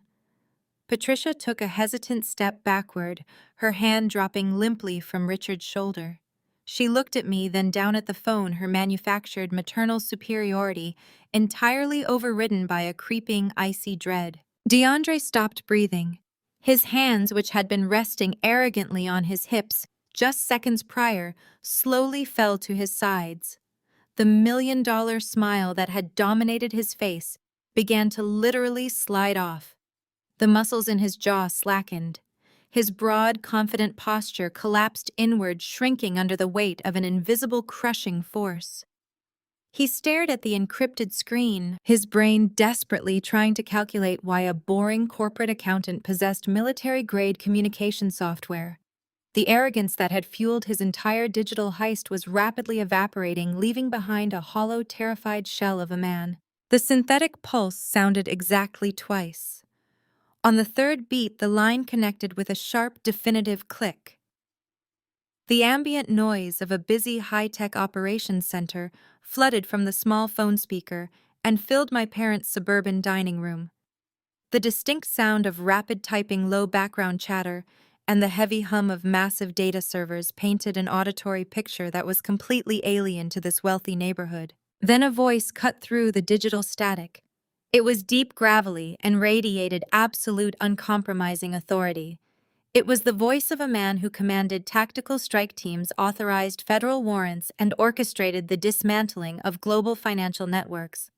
"Agent Donovan, report." Those 3 words hit the dining room with the concussive force of a physical explosive. The sheer, undeniable weight of the title agent completely dismantled the illusion of safety my family had wrapped themselves in. The champagne glasses lowered completely to the table. The arrogant smirks were entirely eradicated. The room was paralyzed in a state of absolute breathless shock. DeAndre's mind finally processed the full, devastating weight of the situation. The yellow transaction pending warning on his laptop suddenly made terrifying, lethal sense. It was not a routine banking delay. It was a digital bear trap snapping shut over his ankle. The realization hit him so incredibly hard, his knees visibly buckled. He grabbed the back of the heavy wooden dining chair to steady himself, his knuckles turning stark white as he gripped the carved wood. He looked at me, his eyes wide with a frantic, animalistic terror. The flashy tech bro facade shattered into a million irreparable pieces right in front of my eyes. Stella's breath hitched in her throat, a pathetic strangled gasp of pure horror. She backed away from the table as if the cell phone itself was highly radioactive. Patricia covered her mouth with both hands, her heavily made-up face draining of all color until she looked like a ghost. They had spent the last hour meticulously insulting a federal operative actively participating in a massive felony and confessing their greedy motives out loud. I did not smile. I did not gloat. I maintained the exact same freezing clinical composure I had held all evening. The power in the room had completely shifted, reversing decades of toxic family dynamics in a matter of seconds. I was no longer the disappointing middle child sitting at their table, the convenient scapegoat meant to quietly absorb their insults and finance their luxurious delusions. I was the executioner, and the trial was officially over. Every cruel comment my mother had ever made about my boring career, every time my father had dismissed my intelligence, and every instance Stella had flaunted her unearned golden child status culminated in this precise, devastating turning point. They had begged for this money. They had stolen this drive. Now they were going to choke on the severe consequences. I leaned forward, resting my forearms lightly against the edge of the mahogany dining table. I did not raise my voice or project any trace of the anger that had been directed at me all evening. Instead, my tone rang out with the crisp, unwavering professional cadence of an active federal operative delivering a critical field update. "Donovan, it is Bennett," I stated, speaking directly into the phone's microphone. "I have a code red on evidence drive 402. The localized honeypot was breached approximately 10 minutes ago. An unauthorized forced wire transfer of $3.2 million was just initiated from the seized offshore accounts." The absolute silence that fell over my parents' dining room was heavy enough to crush bone. The sheer gravity of my words hung in the air, completely paralyzing every single person standing around the table. The terms I used were sharp and unforgiving. I did not say savings account. I did not say personal funds. I said evidence drive and seized offshore accounts. The manufactured illusion of my secret wealth shattered instantly, replaced by the terrifying, undeniable reality of a federal criminal investigation. Over the speakerphone, the distinct, rapid clatter of a mechanical keyboard echoed loudly. I knew exactly what was happening on the other end of the line. Donovan was standing in the center of the Treasury Department's Cyber Command Center, his eyes locked onto a massive digital map that was currently flashing a bright red alert directly over my father's house. "Confirmed, Bennett." Donovan replied, his gravelly voice cutting through the silent room like a serrated blade. "We just caught the outbound ping on the main server. The unauthorized user bypassed the warning interface and routed the cartel assets to a domestic commercial operating account." He paused, and the sound of a page turning amplified over the connection. He was pulling up the exact banking details DeAndre had so arrogantly entered just moments before. "The destination account is registered to a digital investment firm under the name DeAndre Washington." Donovan continued reading the information aloud for everyone to hear. "Is the primary suspect currently in your vicinity?" All the blood violently and completely drained from DeAndre's face. His rich, dark complexion turned a sickly, ashen shade of gray in a matter of seconds. He looked as though all the oxygen had been vacuumed directly out of his lungs. He stumbled backward, his expensive leather loafers slipping against the polished hardwood floor until his back hit the edge of a decorative credenza. He grabbed the edges of the furniture piece to keep himself from collapsing entirely. He had heard the words loud and clear. He had heard the federal agent explicitly label him as the primary suspect. But the word that truly dismantled him, the singular word that completely broke his mind, was cartel. DeAndre had thought he was skimming money from a socially awkward, defenseless accountant.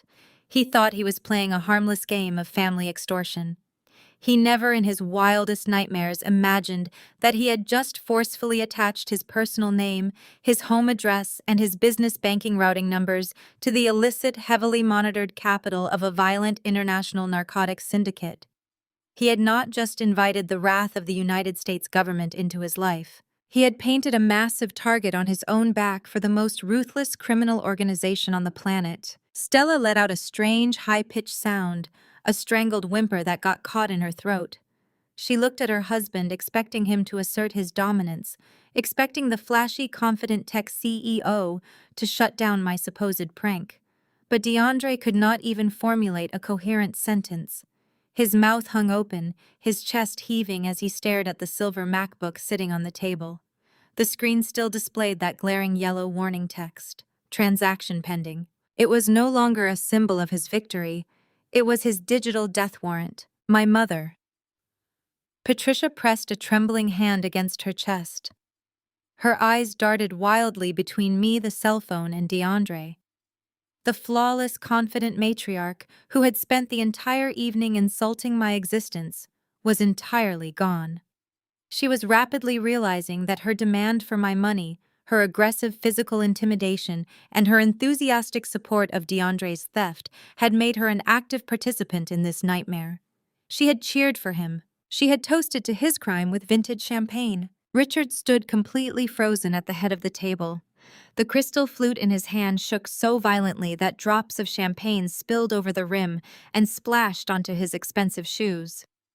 He had commanded DeAndre to push the button. He had literally ordered the theft to proceed. The patriarch of the family, the man who prided himself on absolute control and financial superiority, had just orchestrated a federal felony in his own home. The psychological squeeze was absolute perfection. I did not need to raise my voice to demand respect. I did not need to beg for basic human decency.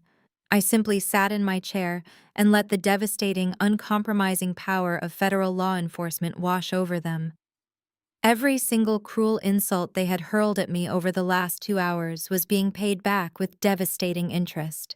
The fine china, the roasted chicken, the crystal glasses, all the trappings of their pristine suburban life were entirely eclipsed by the gritty, terrifying reality of a severe criminal breach. The silence stretched for another agonizing second.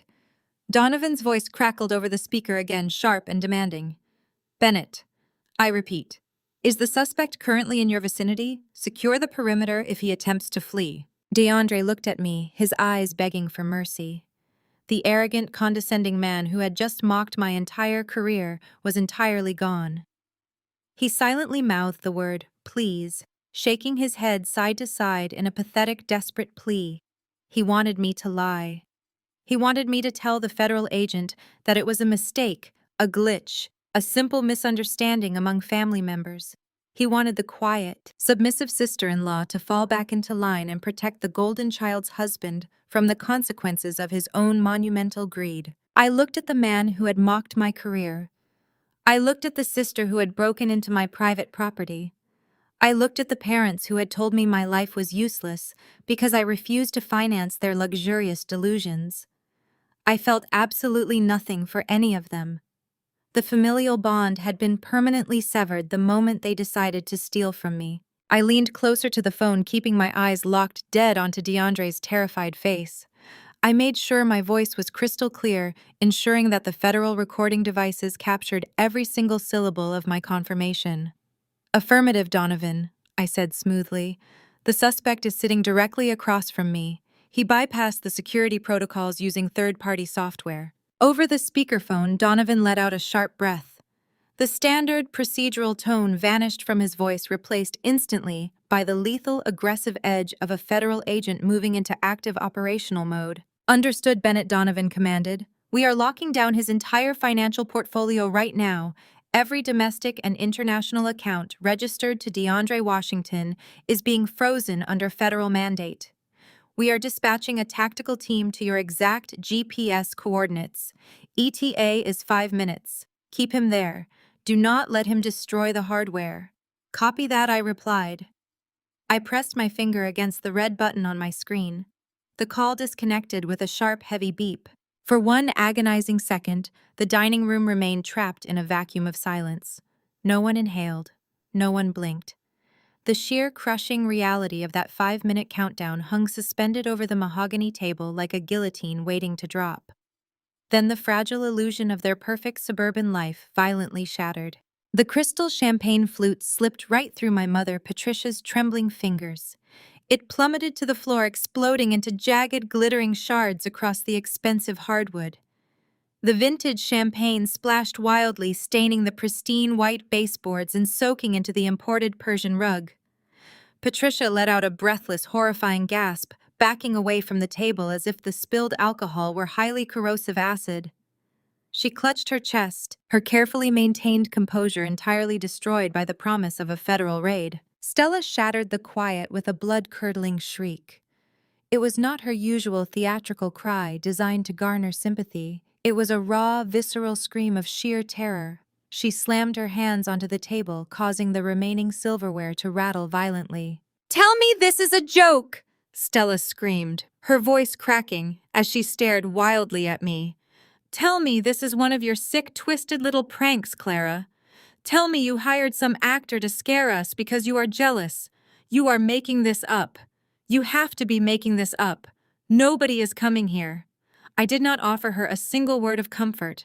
I did not soften my gaze. I simply looked at her, allowing the chilling reality of my silence to completely crush her desperate denial. DeAndre snapped out of his paralysis. The word frozen echoed in his mind, dismantling his entire identity.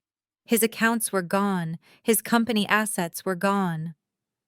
The flashy tech CEO persona evaporated, leaving behind a terrified man who had just stolen from a violent international cartel on a monitored federal network. He let out a guttural, frantic yell and lunged forward, throwing his entire body weight against the edge of the table. He ripped his silver laptop open so violently that the screen hinges cracked. His chest he heaved with rapid, panicked breaths as he stared at the yellow warning text still burning on his monitor. "Cancel it," DeAndre chanted frantically, his hands shaking so violently he could barely strike the correct keys. "Cancel the routing protocol. Abort the sequence. Come on, you stupid machine." He mashed the escape key with brute force, his expensive watch rattling against his wrist. Sweat poured down his forehead, ruining his perfectly groomed appearance. He dragged his finger across the trackpad, desperately trying to close the digital bridge he had so arrogantly constructed. He pounded his fists against the keyboard, treating the expensive device like a jammed vending machine, completely ignoring the fact that federal tracing algorithms do not feature a convenient cancellation button. My father Richard finally jolted into action. His face was flushed crimson with a potent mixture of fury and absolute panic. The patriarch who had demanded I surrender my supposed wealth was now watching his entire reputation burn to the ground inside his own dining room. "Call him back!" Richard bellowed, pointing a shaking finger directly at my face. He leaned over the table, his physical intimidation tactics returning out of sheer desperation. "Pick up that phone right now, Clara. You call your boss back and you tell him it was a mistake. You tell him your brother-in-law was just running a diagnostic test. Fix this immediately. I will not have men with guns storming my property. Do you hear me? I will not allow it." "You do not have the authority to allow or disallow a federal raid, Dad," I replied, my tone maintaining its icy professional detachment. "A tactical strike team does not care about your country club membership or your neighborhood association rules. You demanded that DeAndre take the money. You physically confiscated my phone to ensure I could not leave. You orchestrated a felony, and the consequences are currently speeding down the highway toward your front door. There is absolutely nothing you can do to stop them." Stella rounded the table, practically tripping over her own high heels. She grabbed the back of my chair, shaking it violently. Her perfect hair was a mess, her face streaked with tears and smeared makeup. "You fix this!" Stella sobbed hysterically. "My boys are asleep upstairs. You cannot let police with guns come into this house. They will take DeAndre away. They will take my husband. Clara, please, I am begging you. We will give the drive back. We will not touch your money. Just make the agents turn around." "You still do not understand," I stated, looking at my sister with profound pity. "That drive does not hold my money. That drive holds cartel blood money. The federal government seized it, and DeAndre just attempted to embezzle it. The agents are not coming here to negotiate a polite family misunderstanding. They are coming here to secure a volatile crime scene." DeAndre let out another miserable, panicked groan. He picked up his laptop and physically shook it. The screen began to glitch violently. The yellow text flickered, distorted by horizontal lines of digital static. The high-level encryption protocols embedded in the honeypot were actively locking him out of his own machine, securing the digital evidence trail to ensure he could not delete the proxy servers. "It will not close!" DeAndre gasped, his voice breaking. He dropped the laptop back onto the mahogany table. "It is locking me out of my own hard drive. My company accounts are entirely frozen. Everything is gone. My investors, my operating capital, my personal checking, the interface wiped it all." He looked at me, his eyes completely hollowed out by fear. The reality of his 10-year mandatory minimum sentence was crashing down upon him. He backed away from the laptop, raising his hands in the air as if surrendering to the machine itself. The dining room descended into absolute bedlam. Patricia dropped to her knees on the floor, ignoring the shattered crystal and spilled champagne, sobbing loudly into her hands. Richard paced frantically back and forth, dragging his hands over his face, muttering about hiring defense attorneys and protecting his assets. Stella clung to DeAndre, weeping into his designer suit jacket, begging him to tell her a way out of this nightmare. I remained perfectly still in my chair, listening to the chaotic symphony of their ruined arrogance. The countdown in my head ticked away steadily. 4 minutes left. 3 minutes left. Every desperate cry, every frantic movement only reinforced the brutal reality of their situation. The trap was sprung, the evidence was secured, and the imminent arrival of the tactical team was guaranteed. They had brought this entirely upon themselves. DeAndre slammed his palms against the silver keyboard. He struck the keys with chaotic and brutal force, desperate to trigger a force quit or a system reboot. His breath tore through his chest in ragged, desperate gasps. He leaned his face inches from the monitor, his eyes wide and bloodshot, silently begging the machine to obey his frantic commands. He dragged his thumb across the trackpad, trying to force the cursor to the corner of the window, but the arrow remained completely paralyzed. The sleek, high-resolution display began to glitch violently. A harsh, high-pitched electronic squeal emitted from the internal speakers, cutting through the sounds of Patricia weeping on the floor. The yellow warning text that read, "Transaction pending," fractured into dozens of jagged, pixelated lines. The vibrant colors of the dark web interface bled together, melting into a chaotic smear of corrupted data. And then the screen went completely and terrifyingly dark. For a fraction of a second, the dining room was plunged into heavy shadows. DeAndre let out a sharp gasp, believing for one foolish moment that he had successfully crashed the system and stopped the transfer. He reached out to slam the monitor shut again. Before his fingers could even brush the aluminum casing, the screen erupted into blinding, pure white light. The brightness illuminated the sweat pouring down his face and cast long, ominous shadows against the dining room walls. The white background dissolved, replaced entirely by a stark, solid black screen.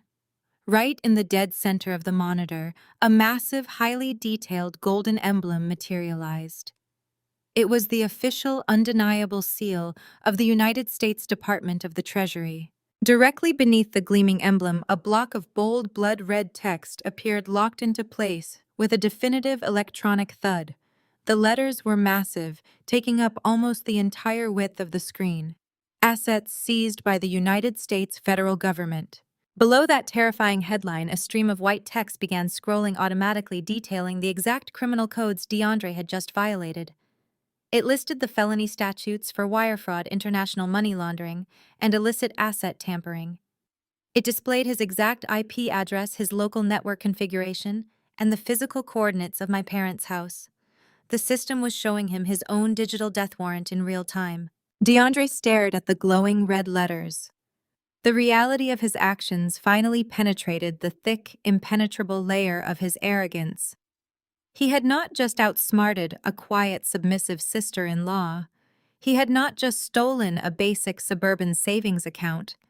He had actively reached into a highly classified federal vault and attempted to pocket millions of dollars belonging to a ruthless international narcotics cartel. He had done it on a monitored connection, using his own corporate banking credentials, explicitly tying his failing startup to organized crime. The absolute crushing gravity of his mistake hit him with the force of a freight train. He let out a raw, guttural cry of sheer terror.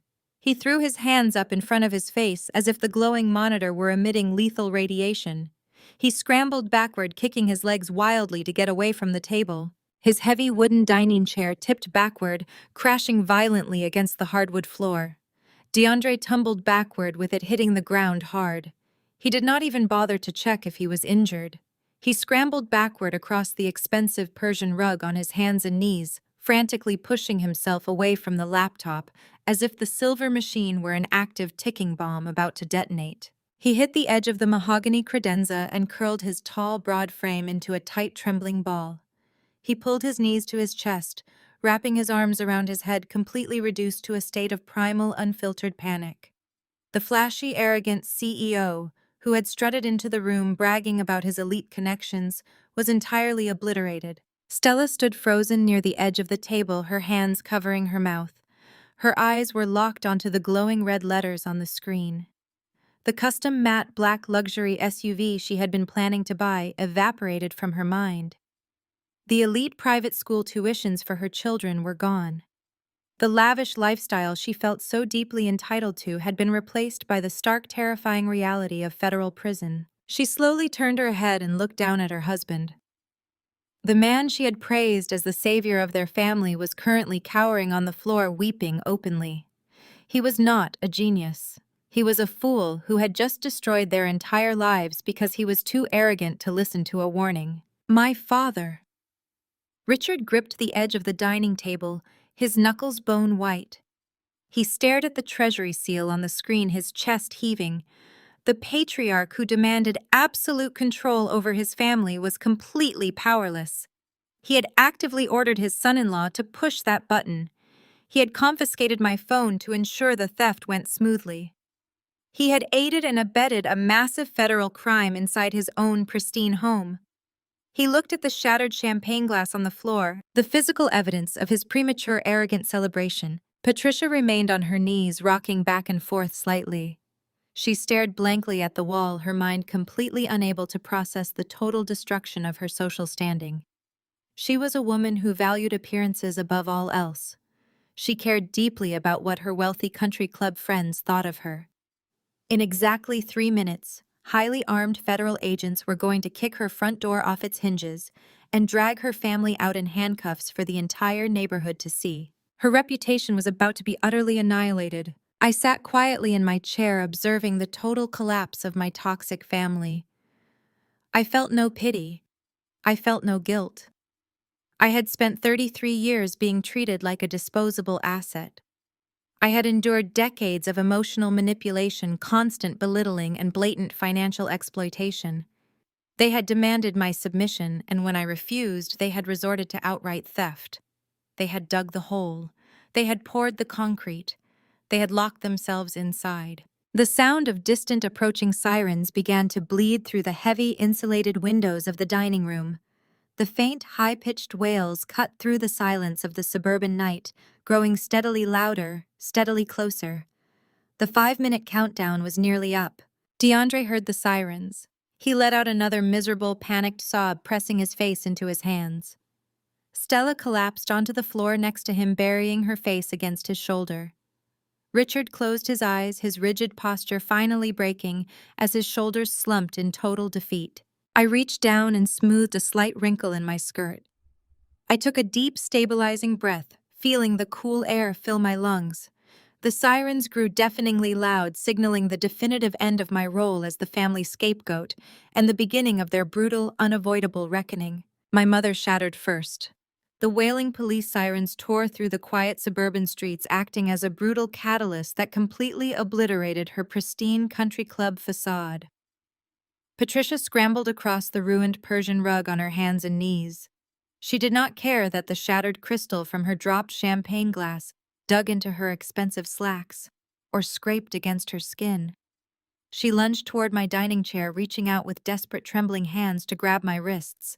Her grip was frantic, her fingernails digging into my skin as she looked up at me. Her mascara was completely ruined, running down her cheeks in thick, dark streaks. "Clara, please," Patricia sobbed, her voice cracking into a high, hysterical pitch. "You have to call him back. Call Agent Donovan right this second. Tell him it was a massive misunderstanding. Tell him we were just looking at the files that DeAndre clicked the wrong button by accident. You can fix this. You are his colleague. He will listen to you. Please, Clara, do not let them come inside. I looked down at the hands gripping my wrists.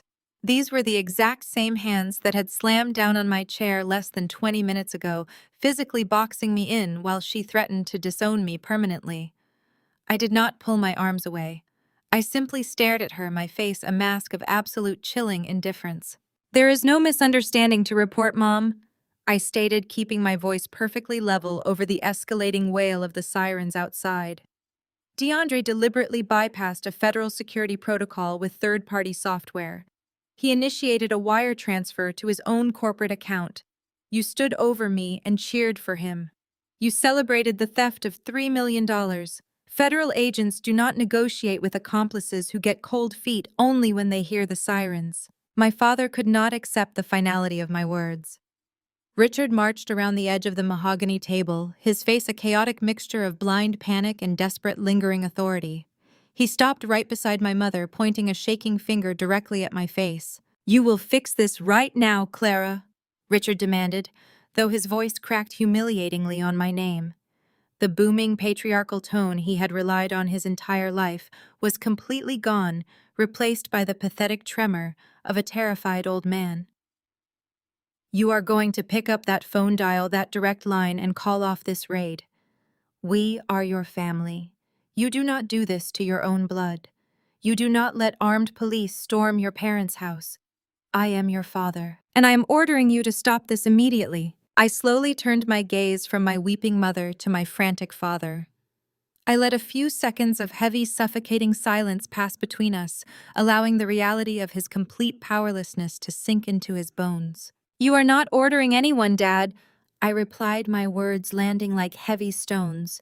"You lost the right to give orders the moment you stole my cell phone and aided a federal crime. 10 minutes ago, you told me I was no longer needed here. You told me I was a selfish, useless disappointment who hoarded money while my sister struggled. You commanded DeAndre to push that button and secure your legacy. Well, your legacy is currently pulling into the driveway with flashing red and blue lights.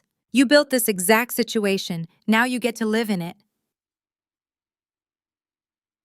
Across the dining room, the alliance between the golden child and her flashy tech husband imploded spectacularly. Stella ripped herself away from DeAndre, her face twisting into a mask of pure, vicious hatred. The illusion of their perfect, wealthy marriage dissolved in an instant. "You absolute idiot!" Stella shrieked, slapping her hands violently against DeAndre's chest. "You told me you knew what you were doing. You promised me you had elite hacker connections. You said you were a genius who could bypass any firewall. You just routed a drug cartel straight into my parents' dining room. You pathetic fraud. My kids are upstairs." DeAndre did not even try to defend himself against his wife's brutal attack. The sheer gravity of his actions had completely crushed his inflated ego. He looked wildly around the dining room, his eyes darting toward the front hallway, then toward the back door leading to the patio. His breathing was rapid and shallow, echoing loudly in the tense space. Pure animalistic flight response took over his brain. He shoved Stella away, nearly knocking her to the floor, and bolted toward the entryway. He grabbed his expensive designer jacket off the back of a chair, his hands shaking so violently he dropped it twice before finally scooping it up. He was going to run. He actually believed he could sprint out the back door and somehow escape the tactical perimeter being established outside. I remained perfectly seated, not moving a single muscle to stop him. "You cannot run, DeAndre," I said coldly, my voice cutting through his chaotic panic like a gunshot. Wire fraud carries up to 20 years in a federal penitentiary. Tampering with classified United States Treasury evidence adds another 10. Fleeing the scene of an active federal raid elevates you from a white-collar suspect to a fleeing felon. If you run out that back door, they will tackle you onto the concrete, and your sentence will be exponentially worse. Put the jacket down. DeAndre froze halfway to the hallway. He turned his head to look at me, his eyes wide with stark, undeniable terror. He was clutching his jacket to his chest like a shield, his chest heaving. He realized I was not threatening him. I was simply reading him the inevitable script of his immediate future. Please. DeAndre gasped, his voice breaking into a pathetic, high-pitched whine. Clara, please, I owe people money, bad people. My startup is completely bankrupt.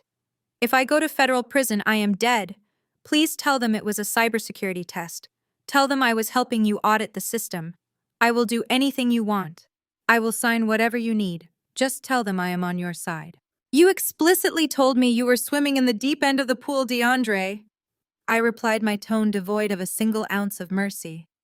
You said I was a low-level bean counter who lacked vision. You bragged about moving into a different tax bracket. Welcome to the federal tax bracket. The auditors are waiting for you outside. The heavy screech of tires halting directly in front of the house confirmed my statement. The rhythmic flashing of the police lights intensified, casting aggressive red and blue shadows across the pale faces of my family. The chaotic noise of heavy boots hitting the pavement outside signaled the end of the bargaining phase. There were no more deals to be made. There were no more insults to be hurled. The absolute unyielding hammer of justice had finally arrived, and I sat quietly in my chair, ready to watch it fall. Stella collapsed. Her knees hit the hardwood floor with a heavy thud right next to where our mother was already kneeling amidst the shattered champagne glass. The aggressive, entitled woman who had just planned to buy a custom matte black luxury SUV was entirely gone. In her place was a frantic, hyperventilating shell, her perfectly styled hair falling into her tear-streaked face. She reached out and grabbed the hem of my skirt, her fingers clutching the fabric like a drowning woman clinging to a life raft. Please, Clara. Stella sobbed, her voice tearing at the syllables, completely raw with desperation. I am your sister. We grew up together. You cannot do this to me. My kids cannot grow up with their father in a federal prison. They are your nephews. They love you. You have to save us. Just go to the door and tell them you gave DeAndre permission. Tell them it was an authorized transfer. Please, Clara, you have to save our family. I looked down at the sister who scarcely an hour ago had been laughing at my expense. I looked at the hands gripping my skirt, the same hands that had eagerly ripped the locks off my secure briefcase. I did not pull away. I simply stared at her from above, letting the heavy, flashing red and blue lights from the windows illuminate the absolute pathetic reality of her situation. You did not care about family when you broke into my room? I said, my voice completely devoid of warmth. I spoke with the precise, methodical rhythm of an auditor balancing a ledger. You did not care about my future when you decided to steal my supposed life savings. You looked at what you thought was every penny I had ever earned, and you declared that you deserved it more because I am a lonely spinster. I did not mean it, Stella wailed, shaking her head frantically. I was just stressed about the economy. I was just worried about the boys. You know I did not mean those things. You meant every single word, I countered, slicing through her lies with absolute surgical precision. You called me a desperate, pathological liar. You told Dad to let me leave so I could go back to my sad little apartment and eat microwave dinners. You stated that giving me wealth was like giving a grand piano to someone without hands. You actively dehumanized me so you could justify robbing me blind. You did not think about your children growing up without a father when DeAndre plugged that drive in. You only thought about how fast you could spend my money. Patricia let out a guttural sob, reaching out to grasp my hand. We were wrong, Clara. We were so incredibly wrong. Your father and I were just blinded by the financial pressure. We were trying to protect the house. We were trying to save the family legacy. We will give you anything you want. We will sign the house over to you. Just please go out there and call off those agents. I slowly pulled my hand out of my mother's grasp. The physical rejection made her flinch as if I had struck her. You do not have a legacy to save, Mom, I stated coldly. You mortgaged your entire future to fund the delusions of a con artist. When you thought I had money, you did not ask me for help. You did not come to me as a mother asking a daughter for support. You boxed me into a chair, physically intimidated me, and threatened to disown me permanently if I did not hand over the passwords. You told me my life was useless because I do not have a husband. You told me I was a selfish brat who isolated herself. I leaned forward slightly, making sure my words penetrated the thick wall of her lifelong narcissism. You isolated me. You spent my entire life placing Stella on a pedestal while treating me like an inconvenient burden. And the very second you thought I had something of value, you tried to violently extract it to maintain your country club facade. I'm not calling off those agents because the people they are coming to arrest are criminals. The fact that you share my DNA is entirely irrelevant. You ceased being my mother the moment you helped corner me in this chair. Richard stood paralyzed near the head of the table. He was trembling, the arrogant patriarch completely dismantled by his inability to control the narrative. The heavy thumping of tactical boots assembling on our front porch vibrated through the floorboards, sending a fresh wave of terror through his body. He looked at the laptop, then at DeAndre, and finally at me. You are destroying us, Richard whispered, his voice cracking with a coward's panic. You are letting them destroy this family over a mistake. We can pay the money back. We can fix the system. You cannot pay back cartel funds that you never actually accessed, Dad, I replied, throwing his own horrific words right back into his face. You told me that in this house we share our successes. You told me that DeAndre was going to teach me how real money is managed. You ordered him to hit that button. You told him to secure your legacy. This is your investment maturing in real time. DeAndre let out a pathetic whimper from his corner by the credenza. He was still curled into a tight ball, refusing to look at the windows where the flashing lights were casting aggressive shadows across the walls. He was completely broken, utterly incapable of facing the reality he had engineered. The tech bro swagger had been entirely erased by the terrifying specter of the United States Treasury. Enjoy your college funds, Stella, I said, my voice dropping to a chilling finalized whisper. I am sure DeAndre's elite dark web connections will be very helpful when he is trying to trade commissary items in federal lockup. Maybe his startup can pivot to managing prison block logistics. Stella screamed my name, a sound of absolute devastating despair, but I had already mentally left the room. I had successfully audited the emotional bankruptcy of my family. I had cataloged their greed, verified their betrayal, and closed their accounts permanently. There was no more bargaining. There were no more empty threats.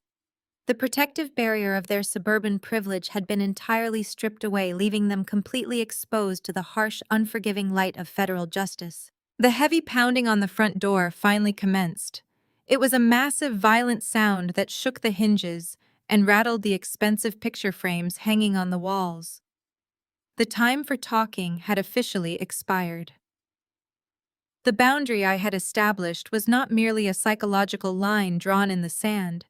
It was currently reinforced by heavily armed federal agents waiting just inches away on the other side of the solid oak wood. I remained comfortably seated, adjusting the fabric of my skirt, perfectly ready to greet my colleagues. A second barrage of pounding struck the solid oak front door, but before my father could even turn his head toward the entryway, the unmistakable sound of heavy tires screeching on asphalt shattered the quiet suburban night.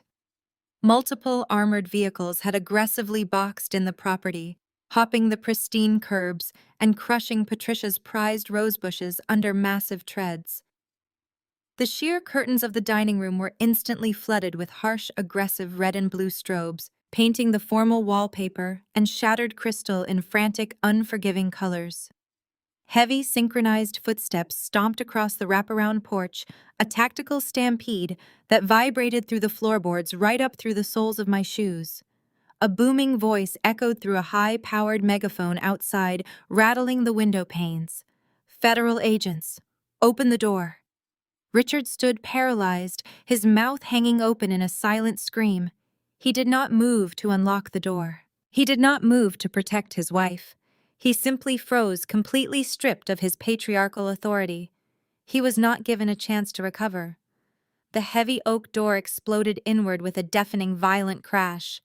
A steel battering ram completely destroyed the reinforced deadbolt, sending splintered wood and brass hardware flying across the expensive entryway rug.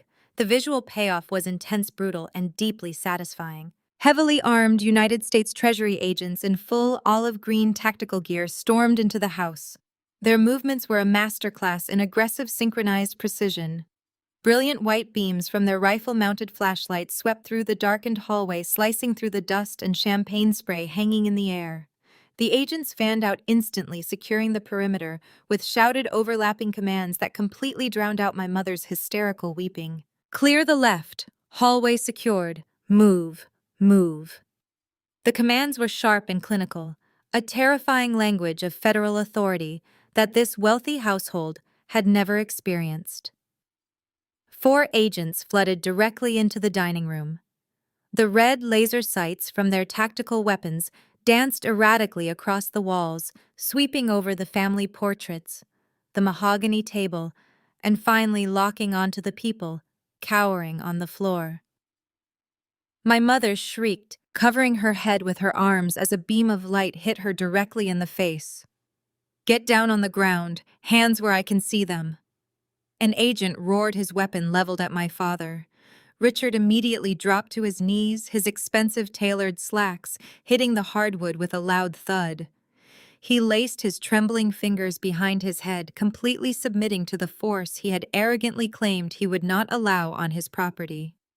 Stella pressed her face into the floorboards, crying out for her children sleeping upstairs, but an agent quickly and firmly ordered her to remain completely silent and prone. The lead tactical agent stepped forward, his flashlight beam panning past the cowering family members and locking directly onto the far corner of the dining room.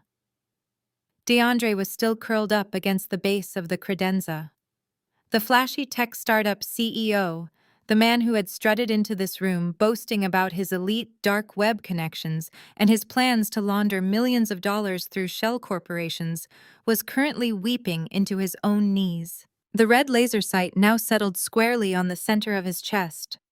"Suspect located," the lead agent announced into his shoulder-mounted radio. "DeAndre Washington. Keep your hands flat on the floor and crawl forward. Do it now." DeAndre let out a pathetic, high-pitched sob. He did not try to explain the blockchain. He did not brag about his venture capital network. He scrambled forward on his belly like a frightened animal, his expensive suit jacket catching on the shattered glass from Patricia's dropped champagne flute. "Please," DeAndre babbled, his voice completely raw with sheer terror. "I did not take the money. It was just a computer program. I did not mean to connect to the server. Please do not shoot me. I am cooperating. I am totally cooperating." 2 agents moved in swiftly.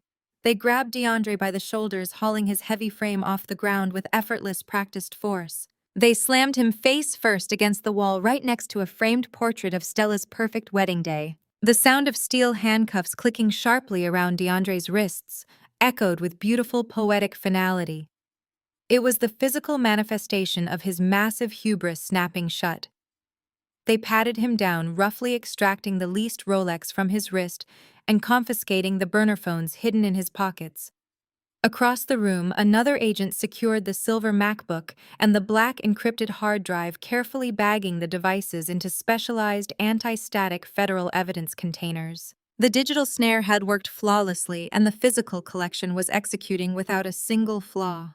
I remained perfectly seated at the table throughout the entire chaotic breach. I had not flinched when the door splintered. I had not raised my hands when the agents flooded the room. The tactical operators knew exactly who I was. Their flashlight beams deliberately avoided blinding me, treating me as an established part of the operational environment rather than a hostile target. The stark contrast between my absolute chilling calm and my family's total humiliating breakdown was the ultimate display of shifting power. They were on the floor weeping and handcuffed, completely stripped of their dignity and their stolen wealth. I was sitting upright, adjusting the fabric of my skirt, watching the legal consequences of their greed consume their entire reality. The sheer perfection of this moment washed over me. I watched the agents systematically document the scene, taking absolute control of the narrative my family had tried to dictate. There was no more gaslighting. There was no more manipulation. The absolute truth was written in tactical gear and federal warrants. The perimeter was now completely locked down. The initial phase of the raid was successfully completed. The scene was secured. The primary target was neutralized, and the dining room was finally ready for the lead investigator to enter. A tall figure in a dark trench coat stepped through the ruined entryway, his heavy boots crunching over the splintered oak and shattered glass. Agent Donovan moved with a calm, predatory grace that instantly commanded the chaotic room. He bypassed the groveling suspects on the floor and walked directly over to my side of the mahogany table. He stopped, looked down at me, and offered a single sharp nod of professional respect. I returned the gesture, silently acknowledging the successful execution of the trap we had engineered together. Donovan then turned his back to me and faced the shattered remnants of my family. He looked at DeAndre, whose cheek was pressed hard against the expensive floral wallpaper. "Read him his rights." Donovan ordered the tactical agent securing the cuffs. The agent leaned into DeAndre's ear, his voice ringing out with clinical precision. "DeAndre Washington, you are under arrest for felony wire fraud, conspiracy to launder illicit funds, and unauthorized tampering with federal evidence. You have the right to remain silent." DeAndre sobbed uncontrollably, his knees giving out as the agents dragged his heavy frame toward the exit. But the hammer of federal justice had not finished swinging. Donovan shifted his piercing gaze down to my parents, who were still kneeling amidst the wreckage. Richard looked up at the lead investigator, his arrogant posture completely replaced by pathetic desperation. Agent Richard pleaded, his voice shaking. "We had absolutely no idea what he was doing. We are innocent bystanders. He tricked us." Donovan did not entertain the lie for a fraction of a second. "We have the entire audio feed from this room," Richard Donovan stated coldly. "We heard you aggressively demand the passwords. We heard you order the primary suspect to execute the transfer. We heard you celebrate the acquisition of stolen cartel assets while physically preventing a federal contractor from leaving.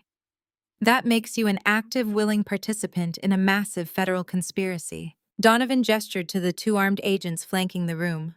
"Cuff them both. Accessory to felony wire fraud and active coercion." Patricia let out a horrifying, breathless shriek as an agent hauled her roughly to her feet. The cold steel handcuffs clicked sharply around her wrists, snapping the illusion of her pristine suburban matriarchy in half. She twisted wildly against the agent's firm grip, her wide eyes locking onto me with absolute, unfiltered panic. "Clara," Patricia wailed, her voice tearing through the chaotic room. "Tell them the truth. Tell them I am your mother. You cannot let them take me out of my own house in handcuffs. Clara, do something." I sat perfectly still, watching her being forcefully marched out the broken door.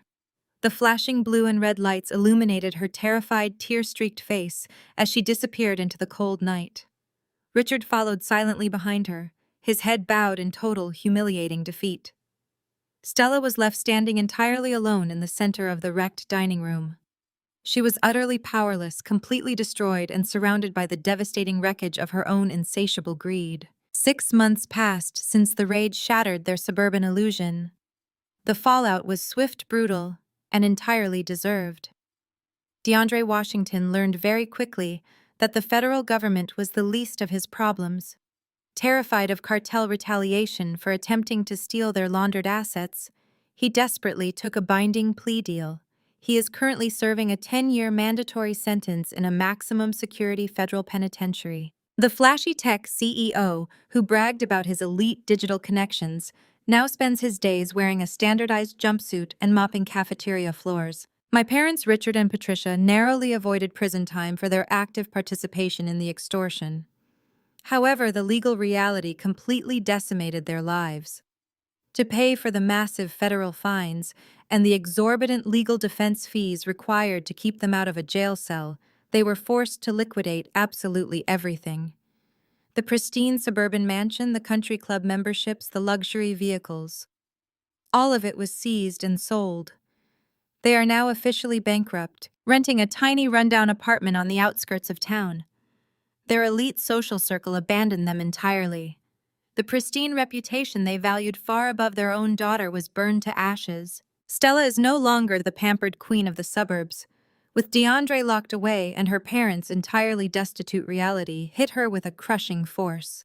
She now works double shifts as a cashier at a local retail store just to keep the lights on in her cramped, noisy apartment. The custom luxury SUV she excitedly planned to buy with my supposed savings never materialized. Instead, she takes the public bus to work every single morning, completely stripped of her golden child entitlement. As for me, my life moved in the exact opposite direction.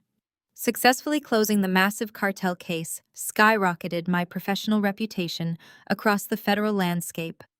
I was offered a permanent, highly lucrative contract coordinating elite financial strike teams. I relocated to Chicago, putting a massive physical distance between myself and the toxic wasteland of my past. I purchased a stunning penthouse downtown, completely funded by my own relentless hard work. Tonight, I am standing on my private balcony feeling the cool wind against my face as I look out over the glittering city lights. I hold a glass of sparkling water, savoring the absolute silence of my beautiful home. I realize now that family is not defined by shared genetics. Blood does not give anyone a free pass to exploit your hard work, belittle your existence, or demand your submission. Cutting off a toxic bloodline is not a tragedy. It is the ultimate act of self-preservation. I protected my peace, and in return I gained the entire world. Blood doesn't give anyone the right to steal your peace or your future.